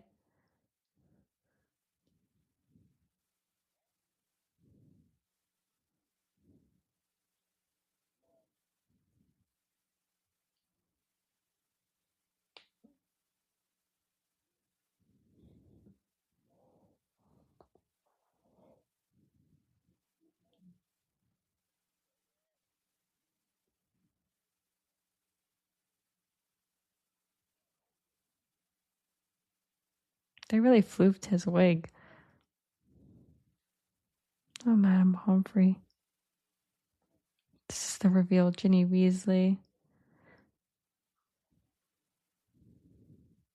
And we're finally going to get to see the message here. Her skeleton will lie in the chamber forever.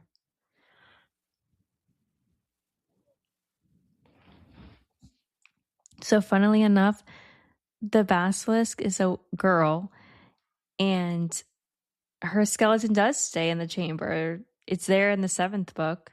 So, I guess that maybe was secretly about the basilisk, not Ginny.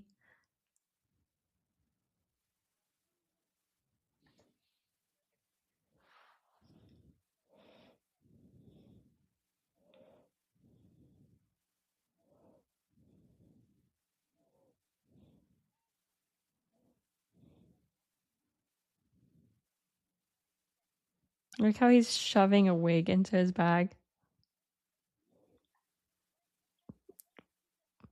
Books can be misleading. You wrote them.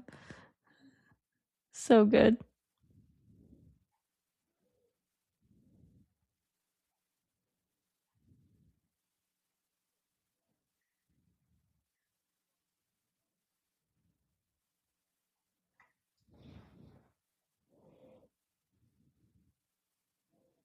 Gilderoy Lockhart is so evil.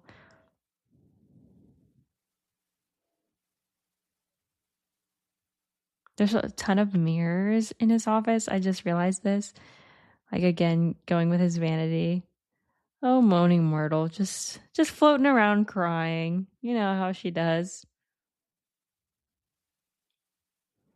In the full cast audiobook, Moaning Myrtle is voiced by Megan Richards, who also is in The Lord of the Rings, Rings of Power, and Wanderlust.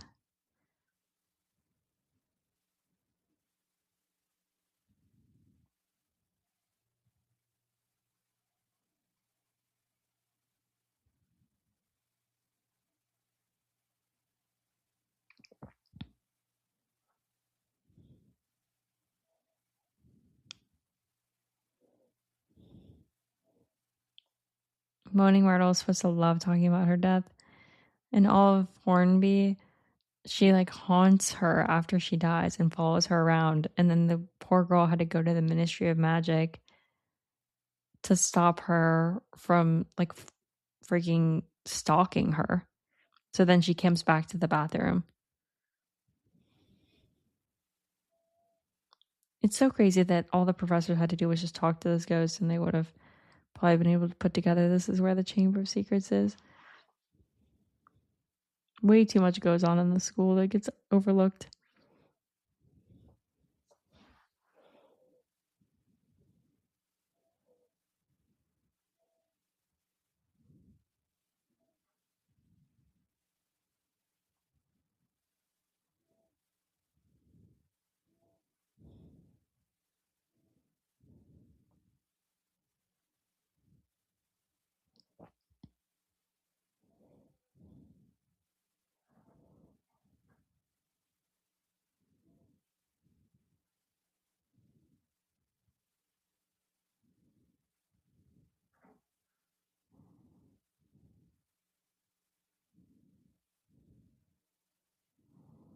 This opening sinks where the top comes off and the sinks come out and like this is a tunnel. It's such a good like set design for this.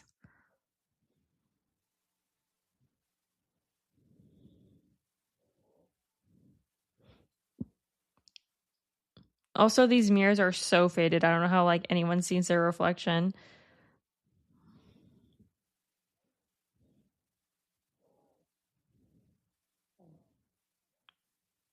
Just plummet down a tunnel.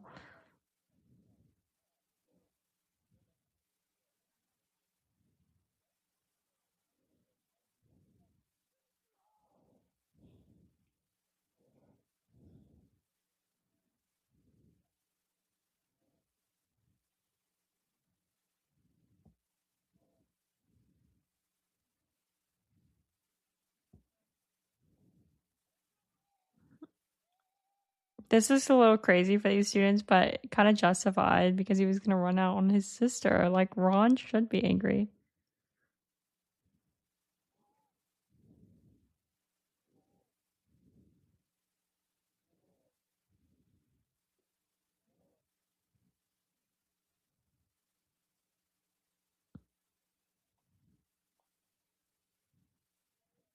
Myrtle always stays hitting on Harry.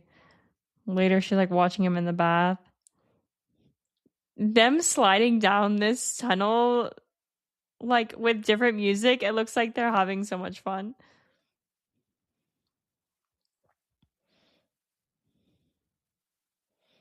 Like, gotta get up and keep our hostage. They're already so dirty from that one slide. Their faces are covered in dirt.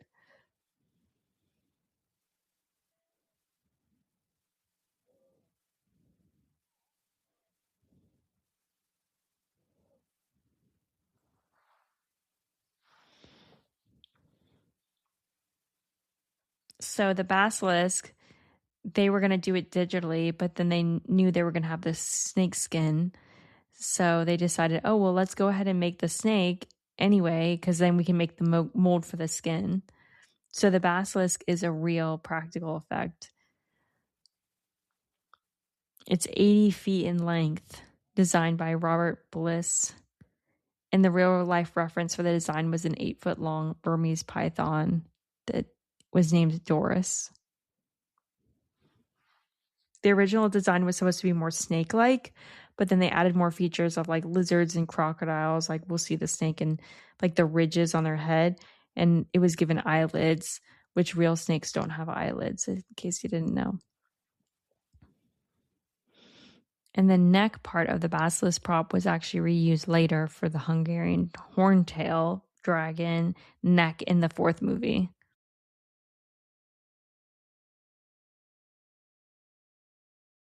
Gilderoy obliterating himself is such a like karma moment.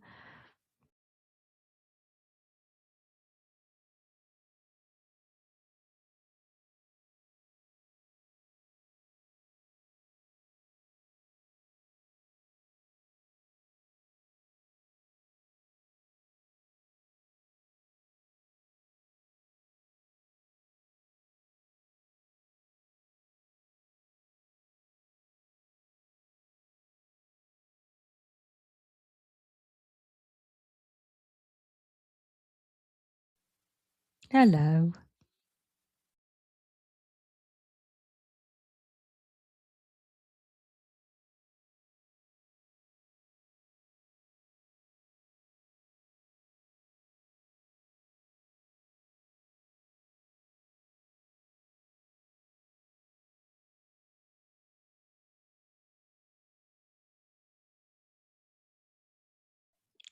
What? Knocking out a teacher with a stone is crazy. He's like, now that I have him knocked out.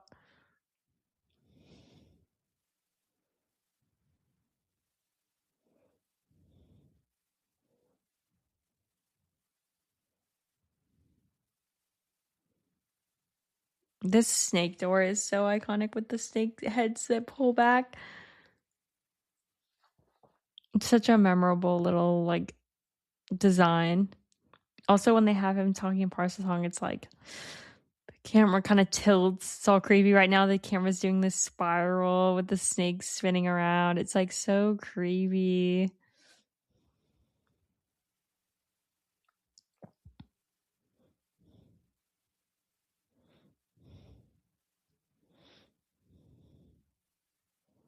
The back of the store looks like a peace sign to me, like the old fashioned circle with the line and then three lines at the bottom.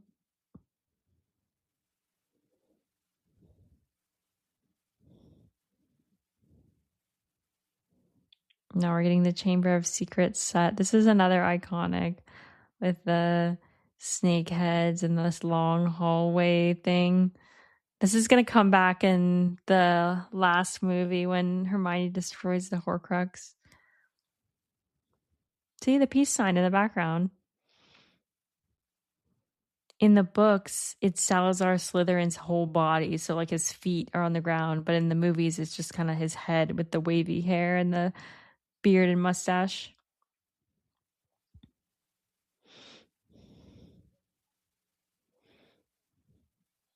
Oh, here's Tom Riddle. The casting asked for actors was between actors between 15 to 17 who looked not unlike Harry. Like he could play an older Harry Potter with some glasses.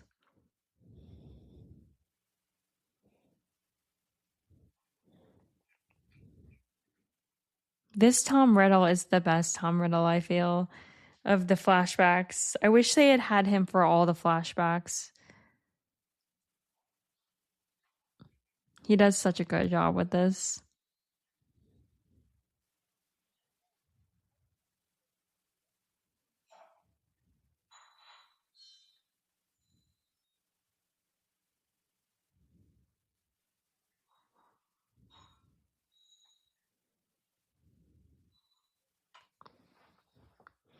I think this, I have to say, this is my favorite actor performance, is this Tom Riddle for this movie. You'll find it can be very persuasive. In the flashbacks, they like make it all wonky, like the the shots are like rotating around in a circle.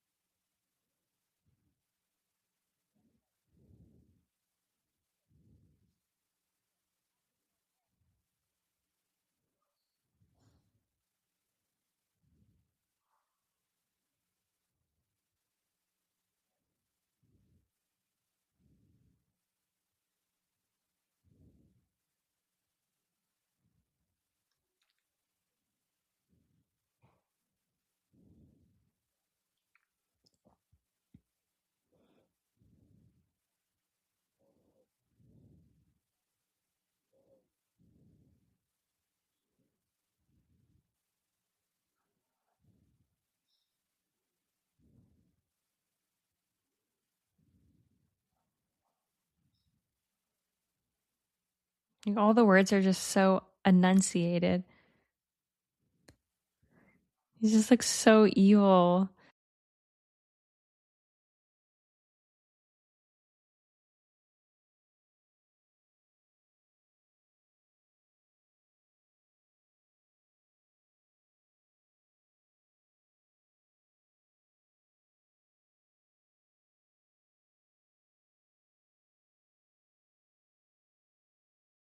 Oh, we got to do our little name switcheroo. This is so memorable too, this shot with like the fiery letters.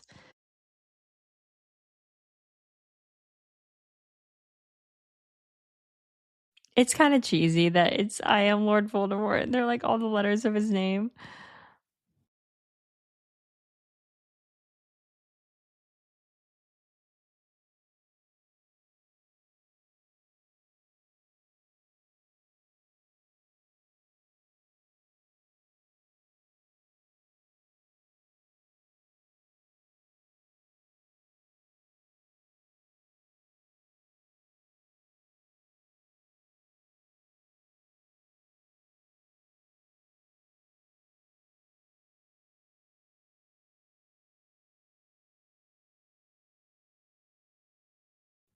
Just glare off. I feel like they need to do like a runway strut off down this little aisle.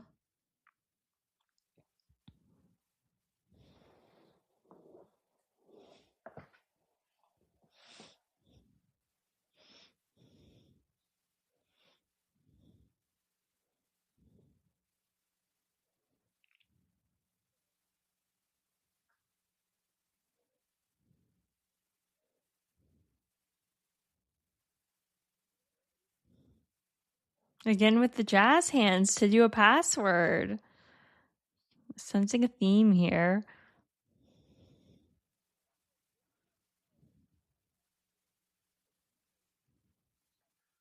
Does he have a prefect's badge on? It looks like it on his shoulder. Yeah, that's a prefect's badge. I just noticed that this watch. Oh, here comes the snake. Okay, see how on the head, like there's like spikes? It almost looks like a bearded dragon. Oh, it's so creepy. And the blinking eyes. You see the blinking? Normally, when you see a snake, they don't have eyelids. There's like a film over their eyes that protects from the sun.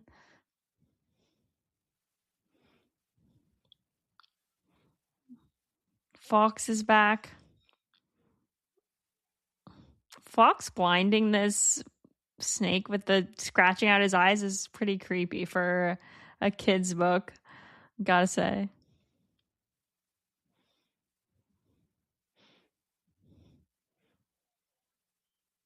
I like how even in as a memory, even in death, Voldemort's like, gotta keep my prefect's badge on. Gotta let them know the haters. I was cool in school.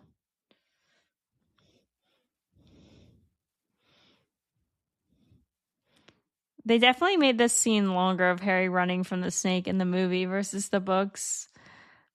Like him going through these tunnels. But it does make it so creepy. Oh, there's rats. Is one of those Pettigrew? Grab that rat. He's gonna come up later in the next movie.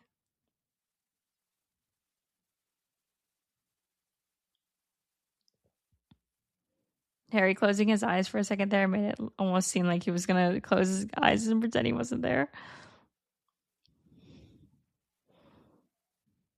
This terrified me as a child.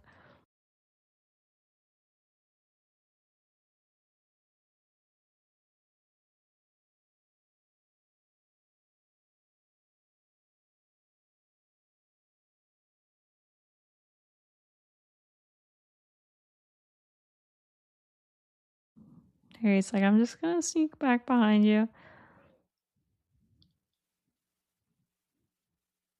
Harry should have been more traumatized after seeing the basilisk and Aragog. Like, these are two of the scariest monsters we get in all of Harry Potter.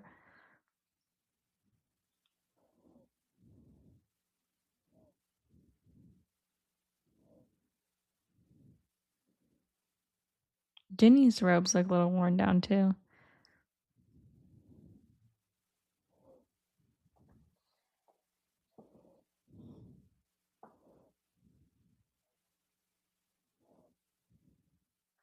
Oh my god. Jump scare. I forgot about that. The snake coming out of the water. Oh, the Gryffindor sword. That's going to be key to this. That's going to come up quite a few times in these books. I love how like J.K. Rowling brings stuff back in the last book, like the sword being a key part of that plot when it's a key part of this plot here. And Harry drawing it, Ron getting it, Neville getting it, like all these Gryffindors.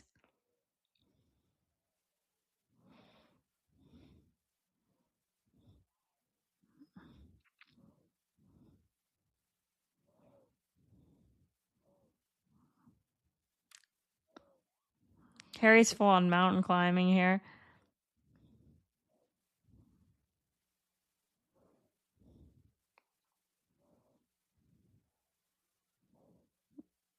He's like swiping at it, like stab the thing.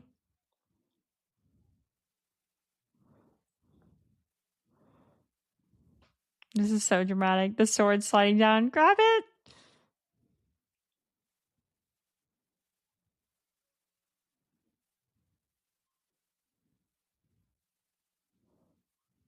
Oh. The effect of him getting stabbed really does look like his arm gets stabbed. That was good. Again, I said it before. I like the effects in this movie are not bad for like this being 2002. It's very well done, I feel. The snake is very realistic for the time, especially.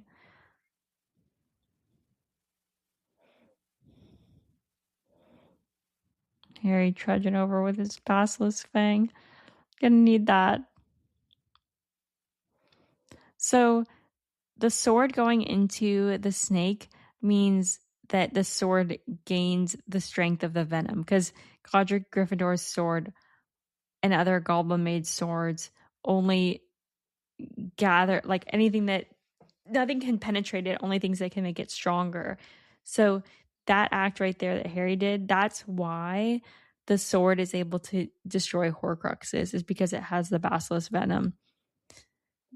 The things that just can destroy Horcruxes are so rare, like basilisk venom and fiend fire are like the two only ways of destroying Horcruxes that we know of.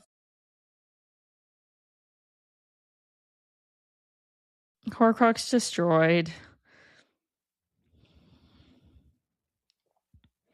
The blood coming out of the diary and the like holes in the Tom Riddle is very good for like illustrating this.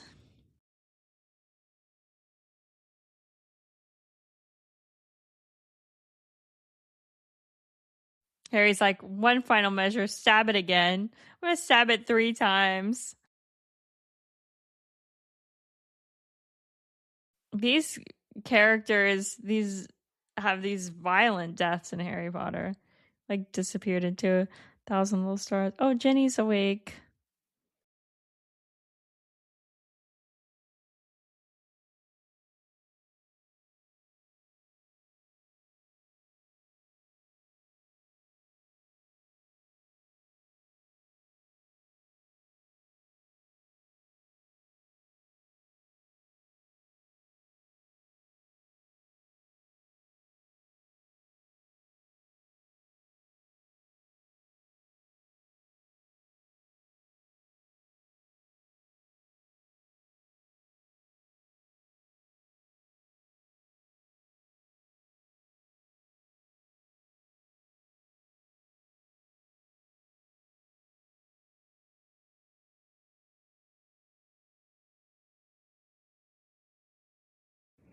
In the books, Fawkes heals Harry in front of Tom Riddle. He's like, "Oh, your bird's crying," and then he's like, "Oh, I forgot about Phoenix tears healing." It's basically what we learned from Harry Potter is that everyone should have a phoenix because they're super handy to have around, never die, and are very loyal pets.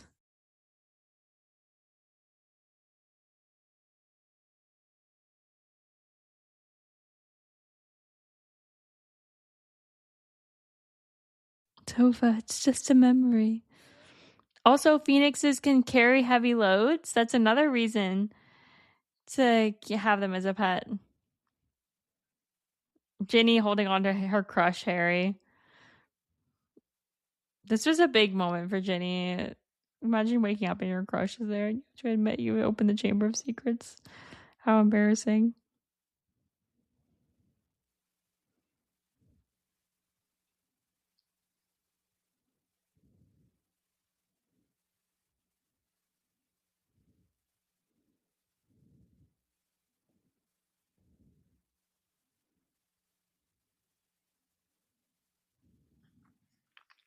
Special awards for services to the school. Tom Riddle also received one for catching Hagrid, quote unquote. And Ron was shining it during a detention with Filch. Yeah, get that gamekeeper back. Get Hagrid released ASAP. You better run with that letter. Dumbledore's beard is so long. It's like all the way to his waist.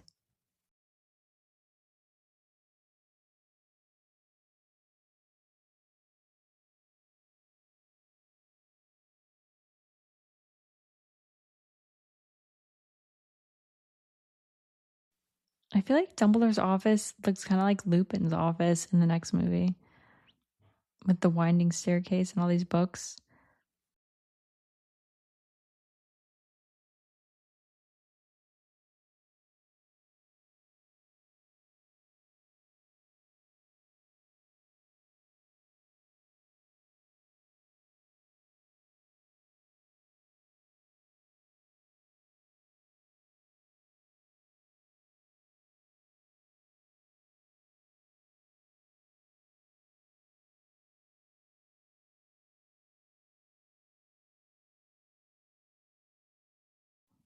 So Dumbledore is saying, okay, Voldemort transferred some of his powers to you when he gave you that scar. Tell him everything. You're leaving so much out. Like, by the way, you're a Horcrux, just like that diary you gave me.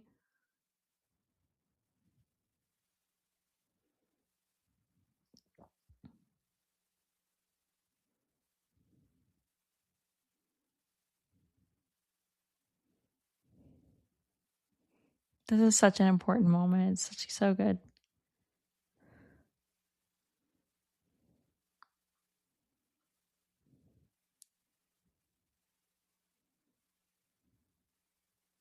It is not our abilities that show us who we truly are. It is our choices.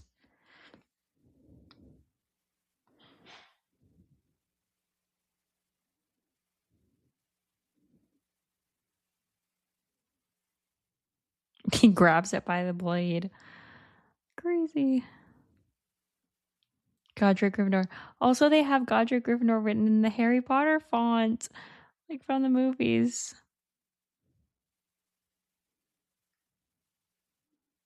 The sword looks kind of short for a sword. I guess because he's a kid.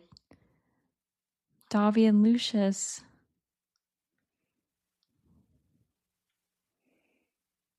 In the book, Dobby looks to be shining his shoes when Lucius rushed to get to the Hogwarts. That's why he's here. In the movie, they don't really explain why Dobby's here. He's just hanging out with Lucius. He just brought him from home.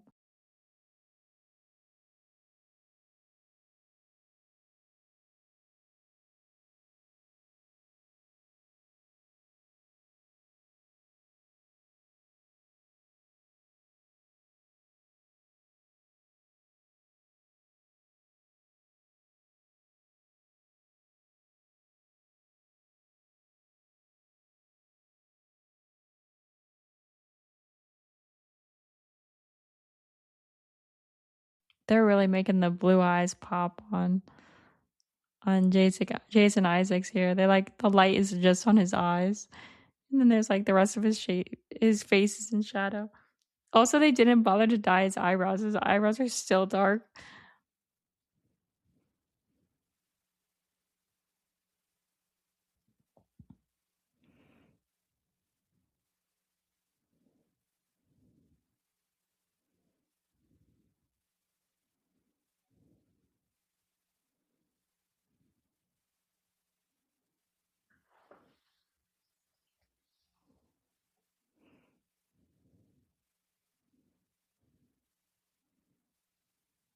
Dobby's like, okay, Lucius.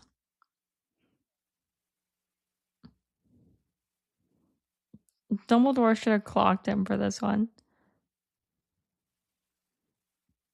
I mean, Lucius is just terrible. Planting this on a little girl.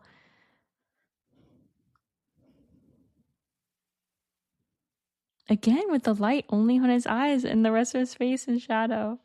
It's so dramatic. Like, look at Lucius. It's like one band of light on his eyes only. The lighting crew was really having a day today.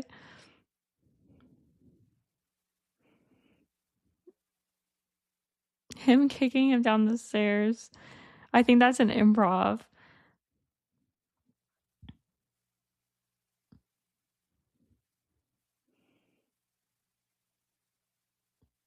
Harry's like, let me just set this sword down. I got work to do. It's crazy that Dumbledore just lets him have it. In the books, he puts the sock over the book. And in the movie, he puts it in the book.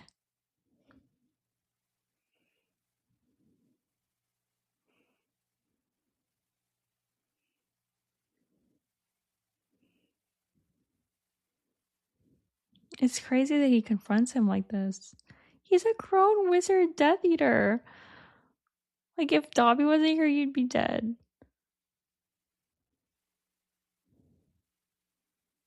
Yeah, exactly. He's like, prove it. You don't have the evidence. Watch out, little boy.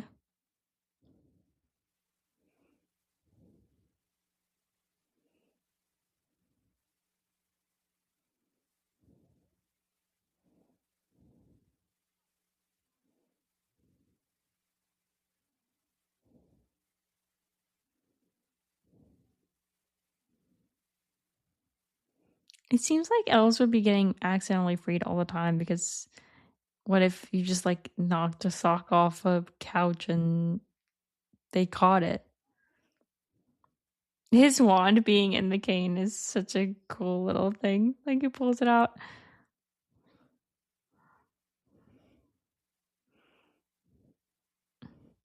It's crazy that he was gonna Avada Kedavra him in the school grounds. You shall not harm Harry Potter. Dobby is badass from the day we meet him. He's my favorite character. This movie and every movie he's in.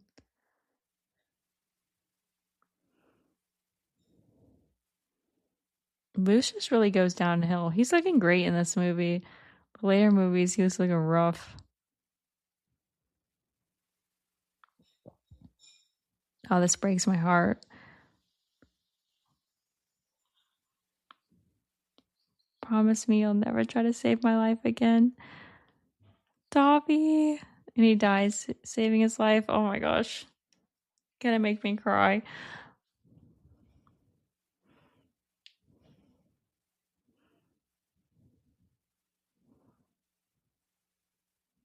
So Nicholas is back in this ridiculous outfit he has with the like pantaloons or whatever. Like, he's got the baggy pants, the MC Hammer pants.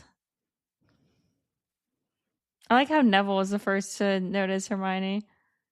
This Ron and then Harry sticking his head out, like they're in their windows. It makes me think of dance class when you had to be on your windows so everyone could be seen. Hermione and Harry hug, and then Ron and Hermione shake hands. They're like all awkward. Ugh, they're so in love. Just get together already. Her hair is looking so windswept. Her bangs are like on two sides. I'm pretty sure her hair moves throughout the scene.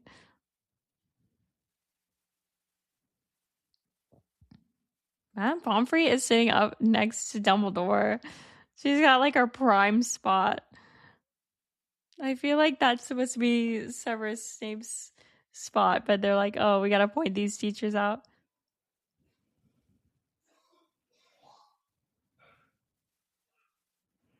Oh, we get a little Flitwick in here too. He didn't really have much scenes in this one.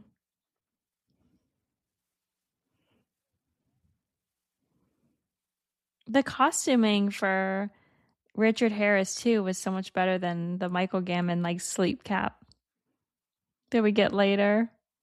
Oh, she's like, oh no, exams are canceled. This woman that's sitting next to Snape is really styling profiling in this outfit. She's got like this black hat, black outfit. Oh, and Hagrid. I like how Hagrid gets this big moment when he returns. Like silence for a moment.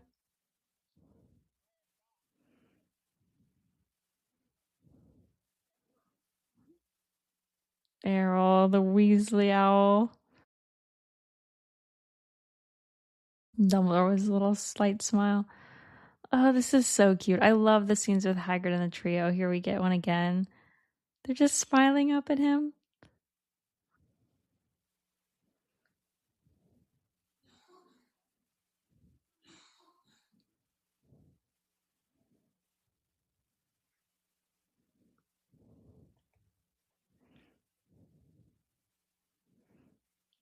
Oh, so cute. Get up and hug him immediately. Oh, we always get these good moments with Harry and Hagrid. The fact that Hagrid's the one that has to carry Harry's supposedly dead body in the end is so like rough and sad and sweet. And everyone clap, let's all clap together. Remember when people used to clap at the end of movies? I feel like people don't do that anymore. Ugh, I love this scene for Hagrid. We all love you.